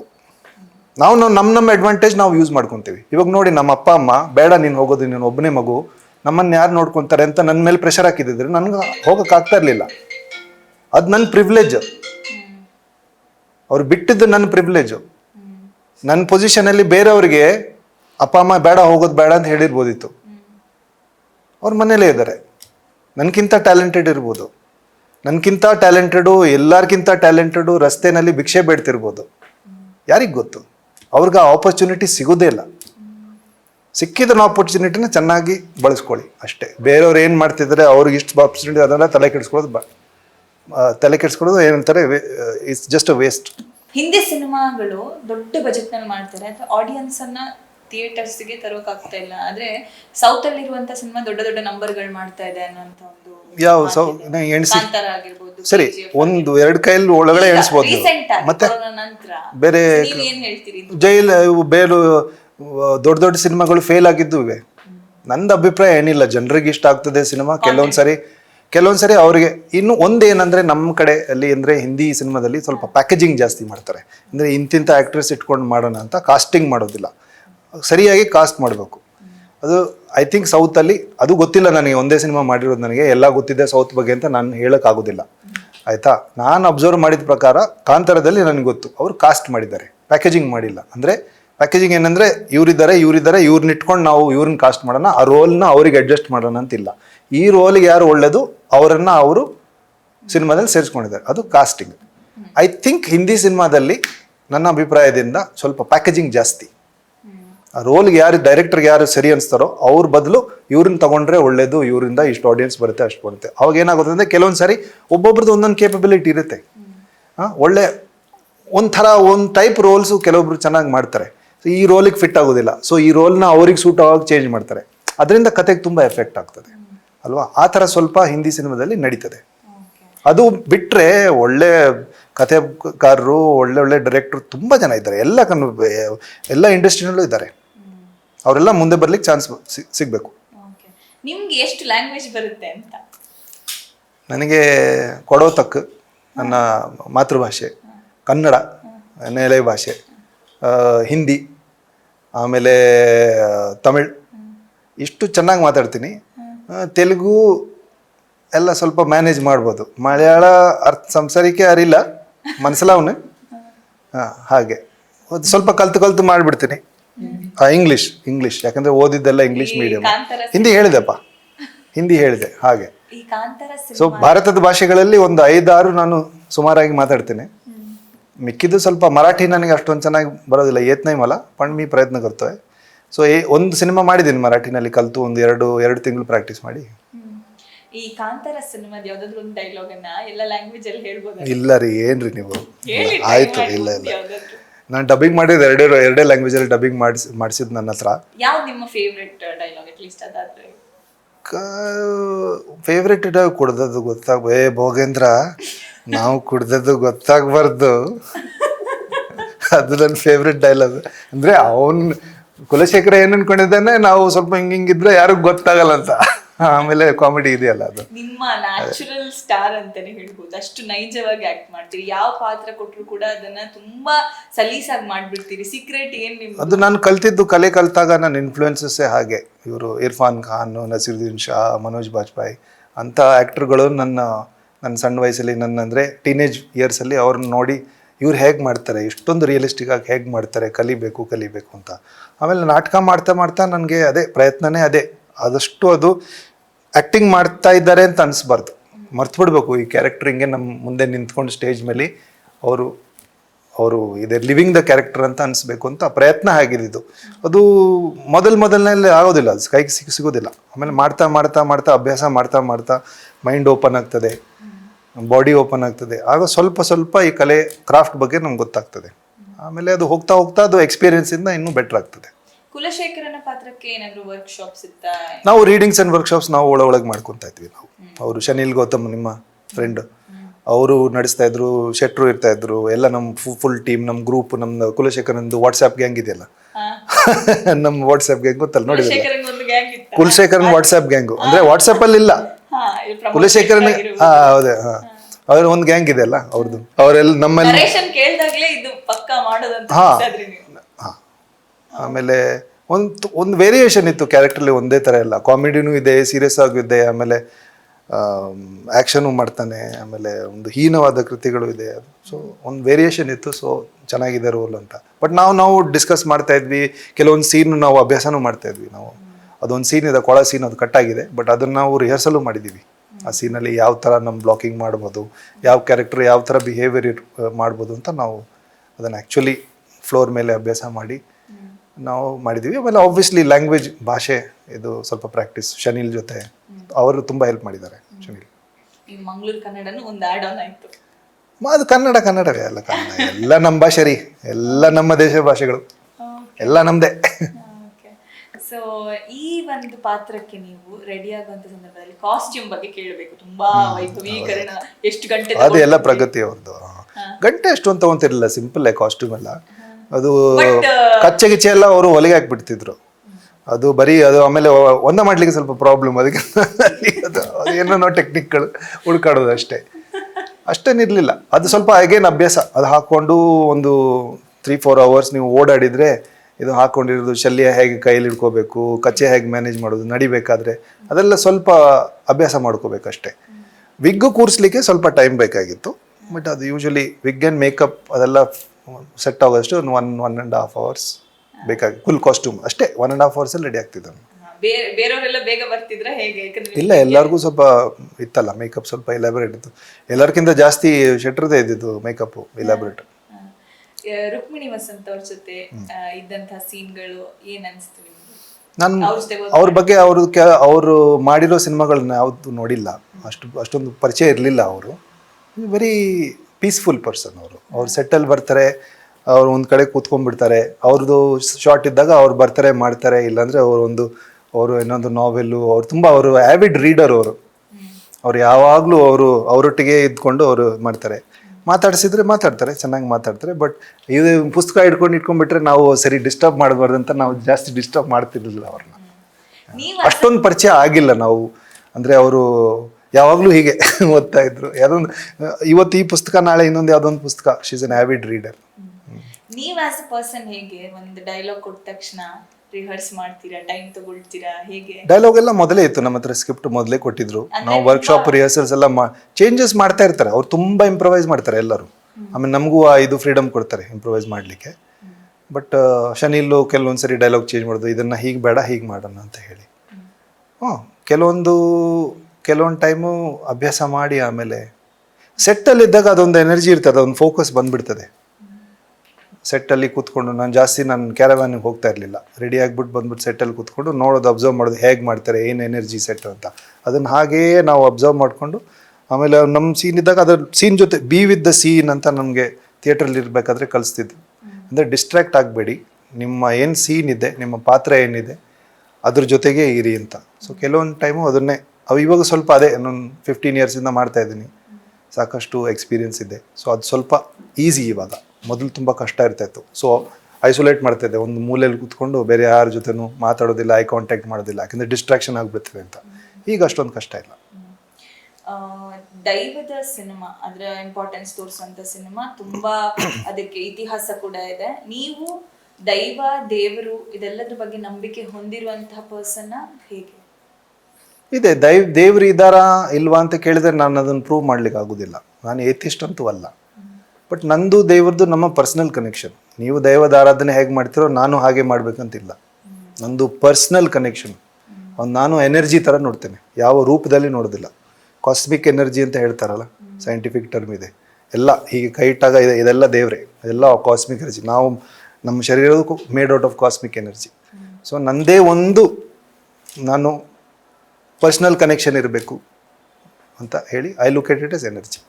ನನಗೆ ನೀವು ಏನಾದರೂ ಒಂದು ಪೂಜೆ ಪುರಸ್ಕಾರ ಮಾಡಬೇಕಾದ್ರೆ ನನ್ನ ಕರೆದ್ರೆ ನಾನು ಬರ್ತೀನಿ. ಅದಕ್ಕೆ ಅದೇ ತಿಂಡಿ ಸಿಗ್ತದಲ್ಲ,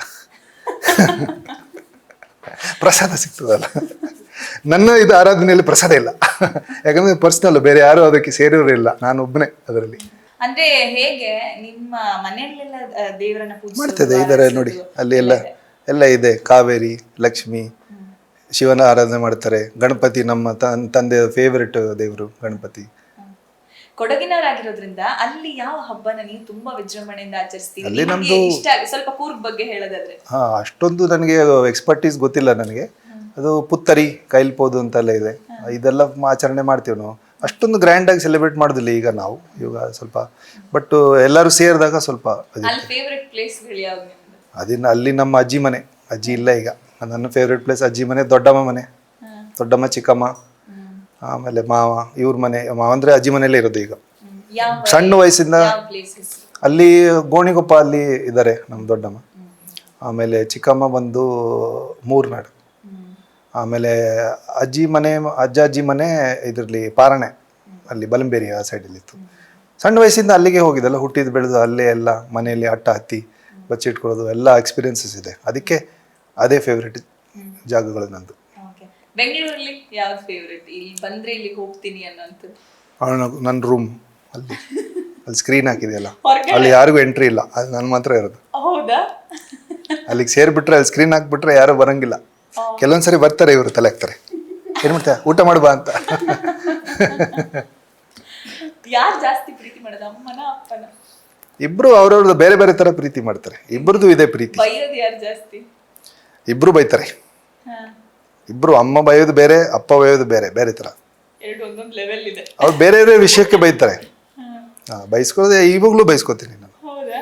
ಯಾವ ವಿಷಯ? ಈಗ ಯಾವ ವಿಷಯಕ್ಕೆ? ಏನಾದ್ರು ಇರ್ತದಲ್ಲ, ಅದೇ ಮಗು ಅಂದ್ಮೇಲೆ ಏನಾದ್ರು ಒಂದು ಇರ್ತದೆ. ಏನೋ ಊಟ ಕರಿತಾ ಇರ್ತಾರೆ, ನಾನು ಬರಲ್ಲ, ಬರ್ತೀನಿ ಅಂತ ಇರ್ತೀನಿ, ಅವಾಗ ಬೈತಾರೆ, ಏನು ಎಲ್ಲ ಸೇರಿ ಊಟ ಮಾಡೋಣ ಬಾ ಅಂತ. ಬೆಂಗಳೂರಲ್ಲಿ ಹೊರಗಡೆ ಯಾವ್ದಾದ್ರು ನಿಮ್ಮ ಫೇವ್ರೆಟ್ ಸ್ಪಾಟ್ ಯಾವುದು? ಬೆಂಗಳೂರಲ್ಲಿ ನನಗೆ ನಮ್ಮ ಹಳೆ ಲಿಡೋ ಸಿನಿಮಾ ತುಂಬ ಇಷ್ಟ ಇತ್ತು. ಅದು ಇಲ್ಲ ಈಗ. ಎಲ್ಲ ಹಳೆ ಸ್ಪಾಟ್ಸ್ ಸಿಂಗಲ್ ಸ್ಕ್ರೀನ್ಸ್ ಎಲ್ಲ ಇತ್ತು ತುಂಬ. ನಾನು ಸಿನಿಮಾ ಪ್ರೇಮಿ ಅಲ್ಲ, ಅದೆಲ್ಲ ಇವಾಗ ಚೇಂಜ್ ಆಗಿಬಿಟ್ಟಿದೆ. ಮಾಲ್ಗಳು ಕಟ್ಟಿಬಿಟ್ಟಿದ್ದಾರೆ. ಶಂಕರ್ನಾಗ್ ಸಿನಿಮಾ ಒಂದೇ ಇರೋದು, ಸಿಂಫನಿ ಅಂತು. ಅದು ಬಿಲ್ಡಿಂಗ್ ತುಂಬ ದೊಡ್ಡದಲ್ಲ, ಅದಕ್ಕೆ ಅದು ಇನ್ನೂ ಉಳ್ಕೊಂಡಿದ್ದೆ. ಮಿಕ್ಕಿದ್ದೆಲ್ಲ ಹೋಗಿದೆ ಫೇವ್ರೆಟ್ಗಳು. ಸೊ ಅಂದರೆ ಮನಸ್ಸಿನಲ್ಲಿ ಅದೇ ಫೇವ್ರೆಟ್. ಈಗ ಅದೊಂದೇನು ಅದ್ಯಾವುದೂ ಇಲ್ಲ. ಫುಡ್ ಎಲ್ಲಿ ಜಾಸ್ತಿ ಹೋಗಿ? ಈಗ ಮುಳಬಾಗಲ್ ದೋಸೆ ನನಗೆ ತುಂಬ ಇಷ್ಟ. ಇಲ್ಲಾಂದರೆ ನಾನು ದೋಸೆ ಪ್ರೇಮಿ, ದೋಸೆ ತುಂಬ ಇಷ್ಟ. CTR ಮತ್ತು ಇದು ನ್ಯೂ ಕೃಷ್ಣ ಭವನ್. ಆ್ಯಕ್ಚುಲಿ ನಾನು ಇವ್ರನ್ನ ಅದು ಇಲ್ಲ ಈಗ. ಅಲ್ಲಿ ನಾನು ಫಸ್ಟು ರಿಷಬ್ನ ಭೇಟಿ ಆಗಿದ್ದು ನ್ಯೂ ಕೃಷ್ಣ, ಮಲ್ಲೇಶ್ವರಂ. ವೀಣಾ ಸ್ಟೋರ್ಸ್, ಅದು ದೋಸೆಗಲ್ಲ, ಆದರೆ ಇಡ್ಲಿ ವಡೆ ಅದು. ಆಮೇಲೆ ಇದು ನಮ್ಮ ವಿದ್ಯಾರ್ಥಿ ಭವನ್, ಇಂಥ ಜಾಗಗಳೆಲ್ಲ ನಂಗೆ ತುಂಬ ಇಷ್ಟ. ಇವಾಗ ಮುಳಬಾಗಲ್ ದೋಸೆ ನನಗೆ ತುಂಬ ಇಷ್ಟ ಇದೆ. ಅದು ಯಾವ ಮುಳಬಾಗಲ್ ದೋಸೆ ಪಾಯಿಂಟ್ ಅಂತೆಲ್ಲೋ ಇದೆ. ನಾನು ಯೂಶ್ವಲಿ ತರಿಸ್ತೀನಿ, ಆರ್ಡರ್ ಮಾಡ್ತೀನಿ ಮನೆಗೆ. ಅಲ್ಲಿಗೆ ಹೋಗಿಲ್ಲ. ಅದೊಂದು ರೌಂಡ್ ಹೊಡಿಬೇಕು. ಇವ್ರು ತಿಂಡಿಯವರು ಅದೇ ಬೇರೆ. ನಮ್ಮ ತಿಂಡಿ ದೋಸ್ತ್ ಒಬ್ಬ ಇದ್ದಾನೆ, PD ಸತೀಶ್ ಚಂದ್ರ. ಸಮಯ ಸಿಕ್ಕಿದಾಗೆಲ್ಲ ಅವ್ರ ಹತ್ರ ಹೋಗ್ಬಿಟ್ಟು, ಆಮೇಲೆ ನಾವು ಎಲ್ಲಾದ್ರೂ ಹೋಗ್ಬಿಟ್ಟು ಒಂದು ಹೊಸ ಅನುಭವ ಮಾಡಿಸ್ತಾರೆ ಅವರು ನನಗೆ. ನಾನ್ ವೆಜ್ ಅಲ್ಲಿ ಏನು ಜಾಸ್ತಿ ತಿಂತೀರಿ? ನಾನು ಎಲ್ಲ ತಿಂತೇನೆ. ನನಗೆ ಬಿರಿಯಾನಿ ತುಂಬ ಇಷ್ಟ. ಅಂದರೆ ಇಲ್ಲಿ ದಿಂಡಿಗುಲ್ ಬಿರಿಯಾನಿ, ಇಲ್ಲಾಂದರೆ ಇಲ್ಲಿ ಏನಂತಾರೆ ದೊನ್ನೆ ಬಿರಿಯಾನಿ ಅಂತೆಲ್ಲ ಬರ್ತದಲ್ಲ, ಅದು ಸಣ್ಣಕ್ಕಿ ಇದರಲ್ಲಿ ಜೀರಾ ಸಾಂಬ, ಅದು ನನಗೆ ಇಷ್ಟ. ಎಲ್ಲ ಥರ ತಿಂತೇನೆ, ಬಟ್ ಇಲ್ಲಿ ಅಂದರೆ ಬೆಂಗಳೂರಲ್ಲಿ ಅದೊಂದು ಸ್ಪೆಷಾಲಿಟಿ, ಇದು ದೊನ್ನೆ ಬಿರಿಯಾನಿ. ಮುಂಬೈಯಲ್ಲಿ ಹೋದಾಗ ಯಾವ್ದು ಫೇವ್ರೆಟ್ ಸ್ಪಾಟ್? ಅಡುಗೆ ಹೇಗೆ ಮಾಡ್ತೀನಿ ನಾನು. ಸಣ್ಣ ವಯಸ್ಸಿಂದ ಅಮ್ಮ ಅಪ್ಪ ಜೊತೆ ಸೇರ್ಕೊಂಡು ಅಡುಗೆ ಮಾಡಿದ್ದು ಎಲ್ಲ ನಾವೇ ಮಾಡ್ಕೊಳ್ತಾ ಇದ್ದಿದ್ದು. ಸೊ ಹಾಗೆ ಏನೋ ಸ್ವಲ್ಪ ಇತ್ತು, ಬಟ್ ರೆಸಿಪಿ ಯಾವುದು ಬರಲ್ಲ ನನಗೆ. ನಾನೇ ಏನೋ ಇದಿದೆ ಇದನ್ನ ಇಟ್ಕೊಂಡು ಏನು ಮಾಡ್ಬೋದು ಅಂತ ನಾನು ಎಕ್ಸ್ಪೆರಿಮೆಂಟ್ ಮಾಡ್ತೀನಿ, ಚೆನ್ನಾಗಿ ಮಾಡ್ತೀನಿ. ಆದರೆ ನಿಮ್ಮ ಫಿಟ್ನೆಸ್ ಬಗ್ಗೆನೇ ಜಾಸ್ತಿ ಎಲ್ಲ ಜನ. ಏನ್ ಫಿಟ್ನೆಸ್, ಎಂತ ಫಿಟ್ನೆಸ್, ಏನೋ ಬಾಡಿ ಬಿಲ್ಡರ್ ತರ ನೀವು ಮಾತಾಡ್ತಿದ್ರ. ನೀವು ಬಾಡಿ ಬಿಲ್ಡರ್ ಇರೋದು ಬೇರೆ. ನೀವು ಇಷ್ಟು ವರ್ಷಗಳ ಕಾಲ ನಿಮ್ ಸ್ಕಿನ್ ಈಗ ನೋಡ್ಬೋದು 30+ ಆದಾಗ್ಲೇ ತುಂಬಾ ಹೇರ್ ಫಾಲ್ ಅದೆಲ್ಲ. 47 ನನಗೆ 47. 30+ ಆದಾಗ್ಲೇ ಎಲ್ಲ ಈ ತರ ಪ್ರಾಬ್ಲಮ್ಸ್. ತುಂಬಾ ಹಾರ್ಡ್ ವರ್ಕ್ ಮಾಡ್ತಾರೆ, ಜಿಮ್, ವರ್ಕ್ಔಟ್, ಅದು ಇದು ಅಂತ. ನೀವು ಏನ್ ಹೇಳ್ತೀರಿ ಅಂತ? ಏನ್ ರೂಟೀನ್ ಫಾಲೋ ಮಾಡಬೇಕು? ನಿಮ್ ಸೀಕ್ರೆಟ್ ಎಲ್ಲ ಒಂದು ಬ್ಯಾಲೆನ್ಸ್ ಅಲ್ಲಿ ಇರಬೇಕು. ಅಂದರೆ ನಿಮ್ಗೆ ಇಷ್ಟ ಆಗಿರೋಂಥ, ಅಂದರೆ ಕೆಲವೊಬ್ರಿಗೆ ಸ್ಪೋರ್ಟ್ಸ್ ಇಷ್ಟ, ಎಕ್ಸಸೈಸ್ ಮಾಡೋಕ್ಕೆ. ನನಗೆ ಯೋಗ ಇಷ್ಟನೇ ಇಲ್ಲ. ಒಳ್ಳೇದೇ ಯೋಗ, ಬಟ್ ನನಗೆ ಮಾಡ್ಲಿಕ್ಕೆ ಆಗೋದಿಲ್ಲ. ಬಟ್ ನಾನು ಎಕ್ಸಸೈಸ್ ಮಾಡ್ತೀನಿ ಡೈಲಿ ಇಲ್ಲ, ಒಂದು ಅಟ್ಲೀಸ್ಟ್ ವೀಕ್ಲಿ 3 times. ಅದೇ ನಾನು ಹೇಳ್ತಾ ಇರೋದು, ಒಂದು ಬ್ಯಾಲೆನ್ಸ್ ಬರಬೇಕು ಲೈಫಲ್ಲಿ. ನಿಮ್ದೊಂದು ಗೋ ಅಲ್ಲ, ಇಷ್ಟೊಂದು ಮೇಂಟೈನ್. ಕೆಲವೊಬ್ರು ಈ ಥರ ಆಗಬೇಕು ಶರೀರ, ಲುಕ್ ಈ ಥರ ಇರಬೇಕು ಅಂತಿದ್ದಾಗ ಅಲ್ಲಿಗೆ ಹೋಗಬೇಕಾಗುತ್ತೆ. ಕೆಲವೊಬ್ರು ಮೇಂಟೈನ್. ನಂದೇನಂದರೆ ನಾನು ಇರೋದನ್ನು ನಾನು ಮೇಂಟೈನ್ ಮಾಡ್ಕೊತೀನಿ ಅಂತ ಅಷ್ಟೇ. ಸಕ್ಕರೆ ತುಂಬ, ನಾನು ಸ್ವೀಟ್ಸ್ ಎಲ್ಲ ತುಂಬ ತಿಂತಾ ಇದ್ದೆ, ಅದು ಸ್ವಲ್ಪ ಕಮ್ಮಿ ಮಾಡಿದೆ. ಅದರಿಂದ ಸ್ಕಿನ್ನೆಲ್ಲ ಹಾಳಾಗಿದೆ ಅದರಿಂದನೇ.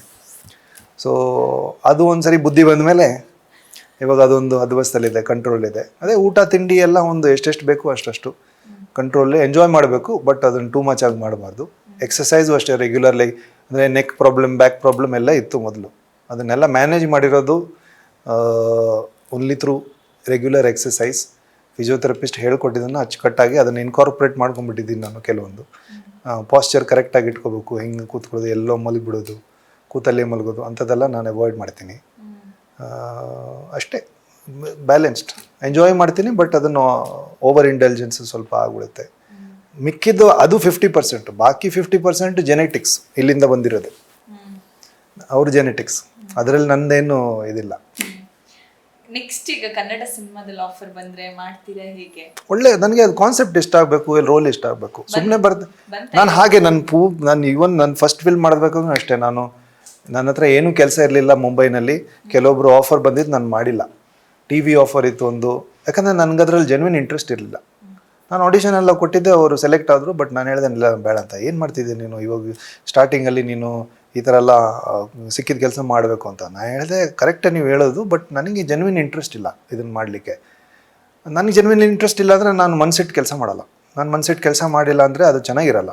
ಅದು ಚೆನ್ನಾಗಿರಲ್ಲ ಅಂದರೆ ನಾಳೆ ನೀವು ಕರೆಯಲ್ಲ. ಸೊ ಇಂಟ್ರೆಸ್ಟ್ ಇರಬೇಕು. ಅದೇ ಇವಾಗ ಇದು ಮಾಡಿಬಿಟ್ಟಿದ್ದೀನಿ, ನೆಕ್ಸ್ಟು ಅಲ್ಲಿಗೆ ಹೋಗ್ತೀನಿ, ನೆಕ್ಸ್ಟು ತಮಿಳಿಗೆ ಹೋಗ್ತೀನಿ, ತೆಲುಗುನೂ ಮಾಡ್ತೀನಿ, ಮಲಯಾಳನೂ ಮಾಡ್ತೀನಿ, ಆ ಥರ ನನ್ನ ಮೈಂಡ್ಸೆಟ್ಟೇ ಇಲ್ಲ. ಸಿನಿಮಾ ಎಲ್ಲಿ ಕರ್ಕೊಂಡು ಹೋಗುತ್ತೆ ನಾನು ಹೋಗ್ತೀನಿ. ನನಗೆ ಜೆನ್ಯೂನ್ ಆಗಿ ಯಾವ ಪಾತ್ರದ ಮೇಲೆ ರುಚಿ ಇದೆಯೋ, ಯಾವ ಕಾನ್ಸೆಪ್ಟ್ ಸಿನಿಮಾ ಕಥೆಯಲ್ಲಿ ನಾನು ಶಾಮೀಲಾಗಬೇಕಂತ ನನಗೆ ಇಂಟ್ರೆಸ್ಟ್ ಇದೆಯೋ ನಾನು ಅದು ಮಾಡ್ತೀನಿ. ನಿಮ್ಗೆ ಯಾರಾದರೂ ಸ್ಟೋರಿ ಸಜೆಸ್ಟ್ ಮಾಡ್ತಾರೆ ಈ ಥರದ್ದು ಒಪ್ಕೊಳ್ಳಿ ಅಥವಾ ನಿಮ್ಮದೇ ಸ್ವಂತ? ಇಲ್ಲ, ಎಲ್ಲ ನನ್ನ ಓನ್ ಡಿಸಿಷನ್. ಕೆಲವೊಂದು ಸರಿ ನಾನು ಅಮ್ಮ ಒಂದೆರಡು ಸರಿ ಸ್ಕ್ರಿಪ್ಟ್ ಎಲ್ಲ ಕಳಿಸಿದ್ದೀನಿ, ಓದಿ ಹೇಳ್ತಾರೆ ಅವರು. But it's ultimately my decision only. ಇದುವರೆಗೂ ನನ್ನ ಡಿಸಿಷನ್. ಐ ಥಿಂಕ್ ರಾಮ್ಲೀಲಾ ಟೈಮಲ್ಲಿ ಮಾತ್ರ ಸ್ವಲ್ಪ ಅನ್ಶೋರ್ ಆಗಿದೆ ನಾನು.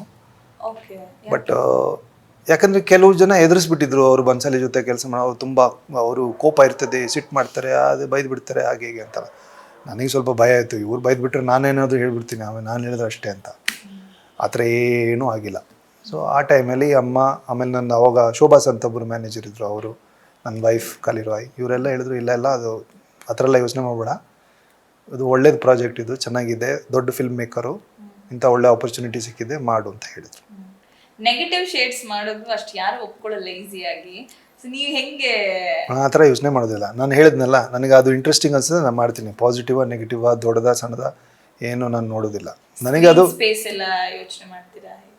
ಜಾಸ್ತಿ ಮಾಡೋದು ಇಂಟ್ರೆಸ್ಟ್ ಇದ್ದರೆ ಅದು ಯೋಚನೆ ಮಾಡೋದು. ನಾನು ಬದಾಯ್ದು ಅಂತ ಒಂದು ಫಿಲ್ಮ್ ಮಾಡಿದ್ದೀನಿ, ಅಲ್ಲಿ 6 ಮಿನಿಟ್ ಪಾತ್ರ ಇರೋದು, 6 ಮಿನಿಟ್ ಪಾತ್ರ. ನನಗೆ ಇಂಟ್ರೆಸ್ಟಿಂಗು ಮಾಡಬೇಕು ಅನಿಸ್ತು, ನಾನು ಮಾಡಿದೆ. ಅದು ತುಂಬ ಲೈಕ್ ಮಾಡಿದ್ರು ಜನರು. ಅದನ್ನ ಸ್ಕ್ರೀನ್ ಟೈಮ್ ಕ್ಯಾಲ್ಕುಲೇಟ್ ಮಾಡಿದ್ದಿದ್ರೆ ನಾನು ಮಾಡ್ತಾ ಇರಲಿಲ್ಲ. ಅದು ಇಂಥ ಆಕ್ಟರ್ ಜೊತೆ ಮಾಡಬೇಕು ಅನ್ನೋದು ಹಾಗೇನಿಲ್ಲ. ಯಾರ ಜೊತೆ ಮಾಡಬೇಕು, ಇವ್ರ ಜೊತೆ ಕೆಲಸ ಮಾಡಬೇಕು ಅಂತ ಅನಿಸಿದ್ದೆ? ಅದು ನನಗೆ ಏನಿಸ್ತದೆ, ನಾವು ಒಂದು ಲಿಸ್ಟ್ ಮಾಡಿಬಿಟ್ರೆ ಅದು ನಮ್ಮ ಬೌಂಡ್ರಿ ಸೆಟ್ ಮಾಡಿಬಿಡ್ತದೆ ಇದೆ ಅಂತ. ಜೀವನದ ಏನಾದರೂ ಹೊಸದೊಂದು ಅನುಭವ ಬರಬೇಕಂದ್ರೆ ಅದನ್ನು ಓಪನ್ ಆಗಿ ಬಿಡಬೇಕು. ಗೊತ್ತಿಲ್ಲ, ಯಾರಾದರೂ ಕೆಲವೊಂದು ಸರಿ ಹೊಸ ಇವರು ಆ್ಯಕ್ಟರ್ಸ್ಗಳ ಜೊತೆ ಕೆಲಸ ಮಾಡಬೇಕಾದ್ರೆ ಒಂದು ಅನುಭವ ಇರ್ತದೆ, ಪರವಾಗಿಲ್ಲ ಇವ್ರ ಹತ್ರ ಏನೋ ಚೆನ್ನಾಗಿ ಮಾಡ್ತಾರೆ, ಏನೋ ಒಂದು ಕಲಿಯೋದು ಇರ್ತದೆ. ಸೊ ಆ ಅನುಭವಗಳು ನಾನು ಯಾಕೆ, why shouldn't I experience it ಅಲ್ವಾ? ಸೊ ನೀವು ಸುಮಾರು ಎನರ್ಜೀಸ್ ಅಂದ್ರೆ ಡೈಲಿ ಒಬ್ರೊಬ್ರನ್ನ ಮೀಟ್ ಮಾಡ್ತಾ ಇರ್ತೀರಿ, ಅವ್ರ ಹತ್ರ ಯಾವ ರೀತಿ ಕಮ್ಯುನಿಕೇಶನ್ ಇಂದ ಏನಾದ್ರು ನೀವು ಹಿಂದಿ ಸಿನಿಮಾಗಳಲ್ಲಿ ಚಾನ್ಸ್ ಅನ್ನ ಗಿಟ್ಟಿಸ್ಕೊಳ್ಬಹುದು, ಅಥವಾ ಯಾವ ರೀತಿ ಅಂತ ನೀವು ಹೇಳ್ತೀರಿ? ತುಂಬಾ ಆಕ್ಟರ್ಸ್ ಜೊತೆ ಎಲ್ಲ ಡೈಲಿ ಡೇ ಟು ಡೇ. ಯಾವುದು ಹಿಂದಿ ಸಿನಿಮಾಕ್ಕ? ನಮ್ಮಲ್ಲಿ ತುಂಬ ಅದು ಇದು ಹಿಂದಿನಲ್ಲಿ ಇದು ಸಿಸ್ಟಮ್ ಬಂದ್ಬಿಟ್ಟಿದೆ. ಕಾಸ್ಟಿಂಗ್ ಕಂಪನೀಸ್ ಇದೆ, ಕಾಸ್ಟಿಂಗ್ ಡೈರೆಕ್ಟರ್ಸ್ ಇದೆ, ಪ್ರೊಡಕ್ಷನ್ ಹೌಸಸ್, PR ಎಲ್ಲ ಸಿಸ್ಟಮೈಸ್ ಆಗಿದೆ. ಇಲ್ಲಿ ಕನ್ನಡದಲ್ಲಿ ಹೇಗಿದೆ ಅಂತ ನನಗೆ ಗೊತ್ತಿಲ್ಲ. ನಂದು ಮೊದಲೇ ಹೇಳಿದ್ನಲ್ಲ, ನಾನು ಐ ಆಮ್ ಇನ್ಎಕ್ಸ್ಪೀರಿಯನ್ಸ್ಡ್ ಇಲ್ಲಿ. ಪಾಪರಾಜಿ ಟ್ರೆಂಡ್ ಬಗ್ಗೆ ಅಲ್ಲಿ ನಾನು ಅಷ್ಟೊಂದು ನನಗೂ ಯಾರೋ ಮಾಡಿದ್ರು. ನಾನು ಎಲ್ಲೋ ಫ್ಲೈಟಿಗೆ ಹೋದಾಗ ಉಲಜ್ ಒಂದು ಸಿನಿಮಾ, ಸೊ ಅವರು ಎಲ್ಲ ಕರೆಸಿದ್ರು, ಇಲ್ಲಿ ಬರ್ತಾರೆ ಅಂತ ಇನ್ಫಾರ್ಮ್ ಮಾಡ್ತಾರಲ್ಲ, ಅವರು ಬರ್ತಾರೆ ಅಂತ. ಅದು ಏನು ಏನಾದ್ರು ಒಂದು ತರಳೆ ಮಾಡೋಣ ಅನಿಸ್ತದೆ. ಇಲ್ಲಿ ಬಗ್ಗೆ ಗೊತ್ತಿಲ್ಲ ನನಗೆ. ಅಲ್ಲಿ ಸಿಕ್ಕಿದಾಗ ನಾನು ಏನೋ ಒಂದು ಮಾಡ್ತೀನಿ. ನಾನು ಸೂಟ್ ಕೇಸ್ ತಲೆ ಮೇಲೆ ಇಟ್ಕೊಂಡು, ನಾನು ಯಾರೋ ಫಾರಿನ್ಗೆ ಹೋಗ್ತಾ ಇದ್ದೀನಿ, ಸೂಟ್ ಕೇಸ್ ತರೋವಾಗ ಯಾರು ಇಲ್ಲ, ನಾನೇ ಎಲ್ಲ ಮಾಡಬೇಕು ಅಂತ ಏನೋ ಒಂದು ಹಂಗೆ ಸಿಲ್ಲಿ ಏನಾದರೂ ಒಂದು ಮಾಡ್ತೀನಿ ನಾನು ಅಷ್ಟೇ. ನನಗೆ ಅದು ಇಂಟ್ರೆಸ್ಟಿಂಗ್ ಅನಿಸ್ತದೆ ಅಷ್ಟೇ. ಬೇರೆಯವರು ಅದನ್ನು ನೋಡಿ ಏನು ಯೋಚನೆ ಮಾಡ್ತಾರೆ ಅಂತ ನಾನು ಯೋಚನೆ ಮಾಡಲ್ಲ. ಈಗ ಇವತ್ತಿಗೆ ಕನ್ನಡದ ಕುಲಶೇಖರ ಆಗಿ ಎಲ್ಲಾ ಕಡೆ ಕೂಡ ನೀವು ಹೋದ್ರು ಆ ಪಾತ್ರನ ಗುರುತಿಸಿ ಜನ ನಿಮ್ಮನ್ನ ತುಂಬಾ ಮಾಡಿರೋದೇ ಒಂದು, ಅದನ್ನ ಬೇರೆ ಹೈಲೈಟ್ ರೀಚ್ ಆಗಿರೋದು. ಅದಕ್ಕೆಲ್ಲ ಅದು ಶ್ರೇಯ ಎಲ್ಲ ಇವರಿಗೆ, ರಿಷಬ್ ಶೆಟ್ಟಿ, ಆಮೇಲೆ ಕಾಂತಾರ ಸಿನಿಮಾಗೆ ಹೋಗುತ್ತೆ. ಮತ್ತೆ ಇದೇ ನೆಕ್ಸ್ಟ್ ಬಂದ್ರು ಕೂಡ ನೀವು ಆಕ್ಟ್ ಮಾಡ್ತೀರಿ? ಕಾಂತಾರ 2 ಬಂದ್ರೆ ಚಾಪ್ಟರ್ 2 ಅದು ಅವ್ರು ಮಾಡ್ತಾರೆ, ಅವ್ರಿಗೆ ಬಿಟ್ಟಿದ್ದು, ನನಗೆ ಬಿಟ್ಟಿದ್ದಲ್ಲ. ನಿಮ್ಮನ್ನ ಕೊನೆಯದಾಗಿ ತುಂಬಾ ಇಷ್ಟಪಡುವಂತಹ ಜನರಿಗೆ ಏನ್ ಹೇಳ್ತೀರಿ ನೀವು? ಇದುವರೆಗೂ ನಾನು ಮಾಡಿದ್ದೆಲ್ಲ ನೀವು ಇಷ್ಟಪಟ್ಟಿದ್ದೀರಾ, ಭಾಳ ಧನ್ಯವಾದಗಳು. ನಾನು ಸಿನಿಮಾ ಪ್ರೇಮಿ, ನನಗೆ ಆ್ಯಕ್ಟಿಂಗ್ ಮಾಡೋದಂದರೆ ತುಂಬ ಇಷ್ಟ. ಹೀಗೆ ಮಾಡಬೇಕು ಹಾಗೆ ಮಾಡಬೇಕು ಅಂತ ಕೆಲವೊಂದು ಸರಿ ಹೇಳ್ತಾರೆ, ನನ್ನ ನೆಗೆಟಿವ್ ರೋಲ್ಸೇ ಇಷ್ಟ ಹಾಗೆ ಅಂತ. ಬೇಜಾರು ಮಾಡ್ಕೋಬೋದು. ನನಗೆ ಮನಸ್ಸಲ್ಲಿ ಏನಿದೆ ನಾನು ಅದನ್ನೇ ಮಾಡೋದು. ಕೆಲವೊಂದು ಸರಿ ನಿಮಗೆ ಡಿಸಪಾಯಿಂಟ್ ಆಗ್ಬೋದು ನಮಗೆ ನೆಗೆಟಿವ್ ರೋಲ್ ನೋಡಬೇಕು, ಇಲ್ಲ ಈ ಥರ ರೋಲಲ್ಲಿ ನೋಡಬೇಕು, ಬಟ್ ಗುಲ್ಶನ್ ಮಾಡ್ತಾ ಇಲ್ಲ ಅಂತ. ಹಾಗೇನೂ ಇಲ್ಲ. ಇಲ್ಲೇ ಮಾಡಬೇಕು ಹಾಗೆ ಮಾಡಬೇಕು ಅಂತ ದಯವಿಟ್ಟು ನನ್ನ ಕೈಕಾಲು ಕಟ್ಕೊಡಿ ಅಷ್ಟೇ. ನಾನು ಫ್ರೀಯಾಗಿ ಬಿಟ್ಬಿಡಿ, ನಾನು ನಿಮಗೆ ನನ್ನ ಪಾತ್ರಗಳನ್ನ ಎಂಜಾಯ್ ಮಾಡಿ ಅಷ್ಟೇ. ಸೊ ಇದಿಷ್ಟು ಕೂಡ ಕಾಂತಾರ ಚಾಪ್ಟರ್ 1 ಹಾಗೆಯೇ ಹಿಂದಿ ಸಿನಿಮಾಗಳಲ್ಲೂ ಕೂಡ ಸಾಕಷ್ಟು ಹೆಸರು ಮಾಡಿರುವಂಥ ಗುಲ್ಶನ್ ದೇವಯ್ಯ ಅವರ ಮಾತು ಆಗಿತ್ತು. ಮತ್ತೆ ಮತ್ತೊಂದು ವಿಶೇಷ ವ್ಯಕ್ತಿ ಜೊತೆ ನಿಮ್ಮೆಲ್ಲರನ್ನು ಭೇಟಿ ಆಗ್ತೀನಿ. ಅಲ್ಲಿವರೆಗೂ ನೋಡ್ತಾ ಇರಿ ವಿಜಯವಾಣಿ ಡಿಜಿಟಲ್ ಮೀಡಿಯಾ.